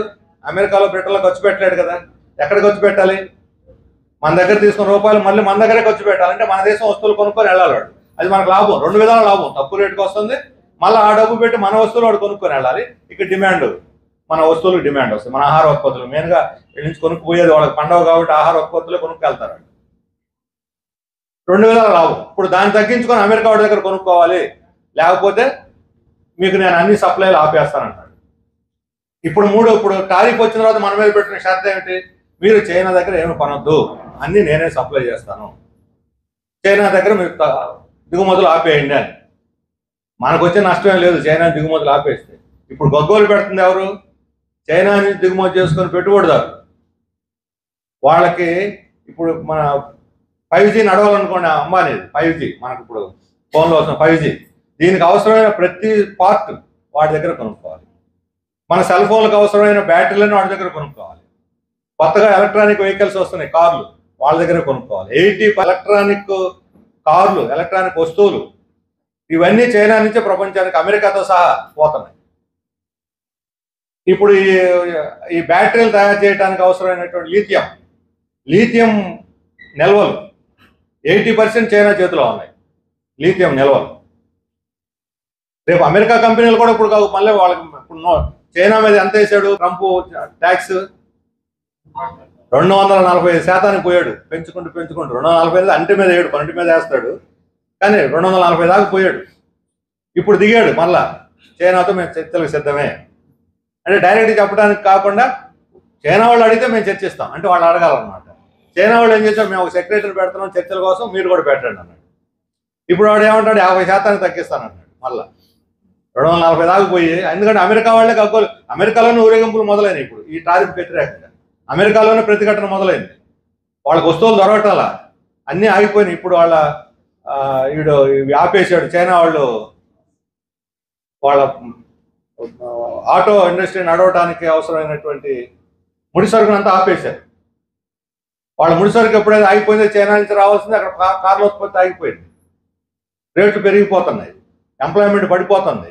ఈ సంక్షోభం నుంచి బయటపడడానికి ప్రజలకు చెబుతున్నాను, నేను ఇది శాశ్వతం కాదు, తాత్కాలికమే, మళ్ళా నేను పునరుద్ధరిస్తానని చెప్పి ఇప్పుడు 50% తగ్గించడానికి ఆలోచన చేస్తున్నానని చెప్పాడు. అంటే చైనాతో రాజీ చేసుకుంటారు. కారణం ఏంటంటే చైనా అమెరికాలోనే దీనికి వ్యతిరేకత మొదలైంది ప్రజల్లో. అందుకని మొత్తం టారిఫ్ విధానం ఈరోజు అమెరికాని ఎట్లా కాపాడుకోవాలి, అమెరికా మార్కెట్ని ఎట్లా పెంచుకోవాలి, అమెరికా లాభాలను ఎట్లా కాపాడుకోవాలి, వీటన్నిటితో కూడా అమెరికా ఆధిపత్యాన్ని ఎలా నిలబెట్టుకోవాలి. చైనా లాంటి ఒక బలమైన దేశం నుంచి పోటీ వస్తున్నప్పుడు చైనాను ఎదుర్కోవడానికి ఈ బెదిరింపులన్నీ దిగాడు. మనలాంటి దేశాలు మీరు చైనా నుంచి కొనుగోలు చేయడానికి నా దగ్గరే కొనుక్కోవాలి అని షరతులు విధిస్తున్నాడు. కొన్ని దేశాలు ఎదురు తిరిగి మాట్లాడుతున్నాయి. సింగపూర్ ఉంది, సింగపూర్ ప్రధానమంత్రి ఎంత దేశం, అది చిన్న దేశం. అమెరికా పెట్టుబడులు కూడా అక్కడ చాలా ఎక్కువ బాగుంది. అమెరికా కూడా కన్నెర చేస్తే సింగపూర్ మునిగిపోతుంది. అలాంటి సింగపూర్ ప్రధాని అంటే అమెరికా వాళ్ళ టారిఫ్ విధానం తప్పు, నష్టం, ఇది మేము దీన్ని వ్యతిరేకిస్తున్నాం అని బహిరంగ ప్రకటించాడు. ఎదుర్కొంటామని కూడా ప్రకటించాడు, అందరితో కలిసి ఎదుర్కొంటామని కూడా. సింగపూర్ ప్రధాని, భారతదేశ ప్రధాని ఏమైనా మాట్లాడాడు దీని మీద?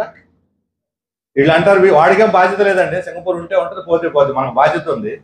ఏం బాధ్యత? 140 కోట్ల మంది ప్రజల తరఫున నువ్వు ప్రతినిధిగా ఉండి అంతర్జాతీయంగా మన మీద టారిఫ్లు వేసి వేధిస్తుంటే, మన వ్యవసాయ రంగాన్ని దెబ్బతీస్తుంటే, మన పారిశ్రామిక ఉత్పత్తి దెబ్బతింటుంటే, మన విద్యావంతులు ఇంజనీర్లు అవమానాలు పాలవుతుంటే మౌనంగా ఉండటం సమాధానం. అంటే మోడీని ట్రంప్ని ఎదుర్కొనే ధైర్యం లేక, దమ్ము లేక వాడికి లొంగుబాటు విధానం, మన స్వతంత్ర విధానాన్ని, స్వతంత్ర విదేశాంగ విధానాన్ని అమెరికాకు తాకట్టు పెట్టేసింది ఈరోజు మోడీ. మన ఆత్మగౌరవం తాకట్టు పెట్టింది. ఇప్పుడు దాని నుంచి మళ్లించడానికి ఇప్పుడు మనకి చక్కని అవకాశం వచ్చింది వాళ్ళకి. ఇప్పుడు ఉగ్రవాద దాడి, ఇంకా అందుకే చెప్పిన ఉగ్రవాదులు ఎప్పుడు కూడా ఒకరికొకరు స్నేహితులు. హిందూ ఉగ్రవాదం, హిందూ మతోన్మాదం ముస్లిం మతోన్మాదానికి, ముస్లిం మతోన్మాదం హిందూ మతోన్మాదానికి ఇద్దరు కూడా ఒకరికొకరు స్వాతంత్రోద్యమం 1925 నుంచి చెప్పాను, అదే చరిత్ర ఇప్పుడు కూడా నడుస్తుంది. ఒకరు సపోర్ట్ చేస్తుంది. పాకిస్తాన్కి అవసరం ఉంది యుద్ధమో లేకపోతే ఘర్షణ, లేదంటే ఒక టెన్షన్, ఒక ఉద్రిక్త వాతావరణం వస్తే పాకిస్తాన్లో ఇప్పుడు నిరుద్యోగ సమస్య, దరిద్రం అన్ని విలయతాండవం చేస్తుంది. ప్రజలు అసంతృప్తి ఉంది. మాకు ఇండియాతో యుద్ధం వద్దా అంటున్నారు అక్కడ ప్రజలు. పాలకులు మాత్రం అక్కడ 3 గవర్నమెంట్లు ఉన్నాయి పాకిస్తాన్లో. మిలిటరీ ప్రభుత్వం, మత పెద్దల ప్రభుత్వం, సివిల్ ప్రభుత్వం, ఎన్నికైన సివిల్ ప్రభుత్వం. వీళ్ళు ఎవడ పెత్తనం ఉండదు, ఎవడ రాజ్యం వాడిదే, ఎవడ విధానం వాడిదే, ఎవడి పద్ధతులు వాడివే, ఎవడి కంట్రోల్ ఉండదు. ప్రజలు ఏదో అసంతృప్తి పెరిగిపోతారు. వాడికి అవసరం ఇది. పాకిస్తాన్తో రెచ్చగొట్టేసుకుంటే ఇప్పుడు ట్రంప్, లొంగుబాట్లు, ఈ ఆర్థిక సంక్షోభం, వీటి నుంచి మనం కూడా దారి మళ్ళించవచ్చు. ఇద్దరికి ఒకరొకరు మిత్రులు. వరంలాగా వాళ్ళ చేతికి దొరికింది ఇప్పుడు ఇది. ఈ ఉగ్రవాదులు చేసిన దుర్మార్గమైన మారణ కాండ, అమాయకులను చంపి మతాన్ని రంగు భూమి, దానికి దేశంలో మత విద్వేషాలు మరొకసారి పెంచి ప్రజలను చేల్చడానికి ఇది తోడ్పడుతుంది. ఇది హిందువులకు నష్టం, ముస్లింలకు నష్టం, మతంతో ఏం సంబంధం లేదు. అందుకని భారతదేశ ప్రయోజనాలను కాపాడుకోవాలంటే, మన ఆర్థిక వ్యవస్థను కాపాడుకోవాలంటే అమెరికా నుండి మనం స్వతంత్రంగా వ్యవహరించాలి. అమెరికా ఒత్తిళ్లకు లొంగకుండా, ట్రంప్ ఒత్తిళ్లకు లొంగకుండా, ఇతర దేశాలతో కూడా కలిపి, చిన్న చిన్న దేశాలు బ్రెజిల్, మన ఇతర దేశాలే బ్రెజిల్, అర్జెంటీనా, సింగపూర్ ఇలాంటి దేశాలతో కలిసి ఈ టారిఫ్ విధానాన్ని ఎదుర్కొని నిలబడితే, వాడి షరతులు లొంగకుండా నిలబడితే భారతదేశ ఆత్మగౌరవం నిలబడుతుంది.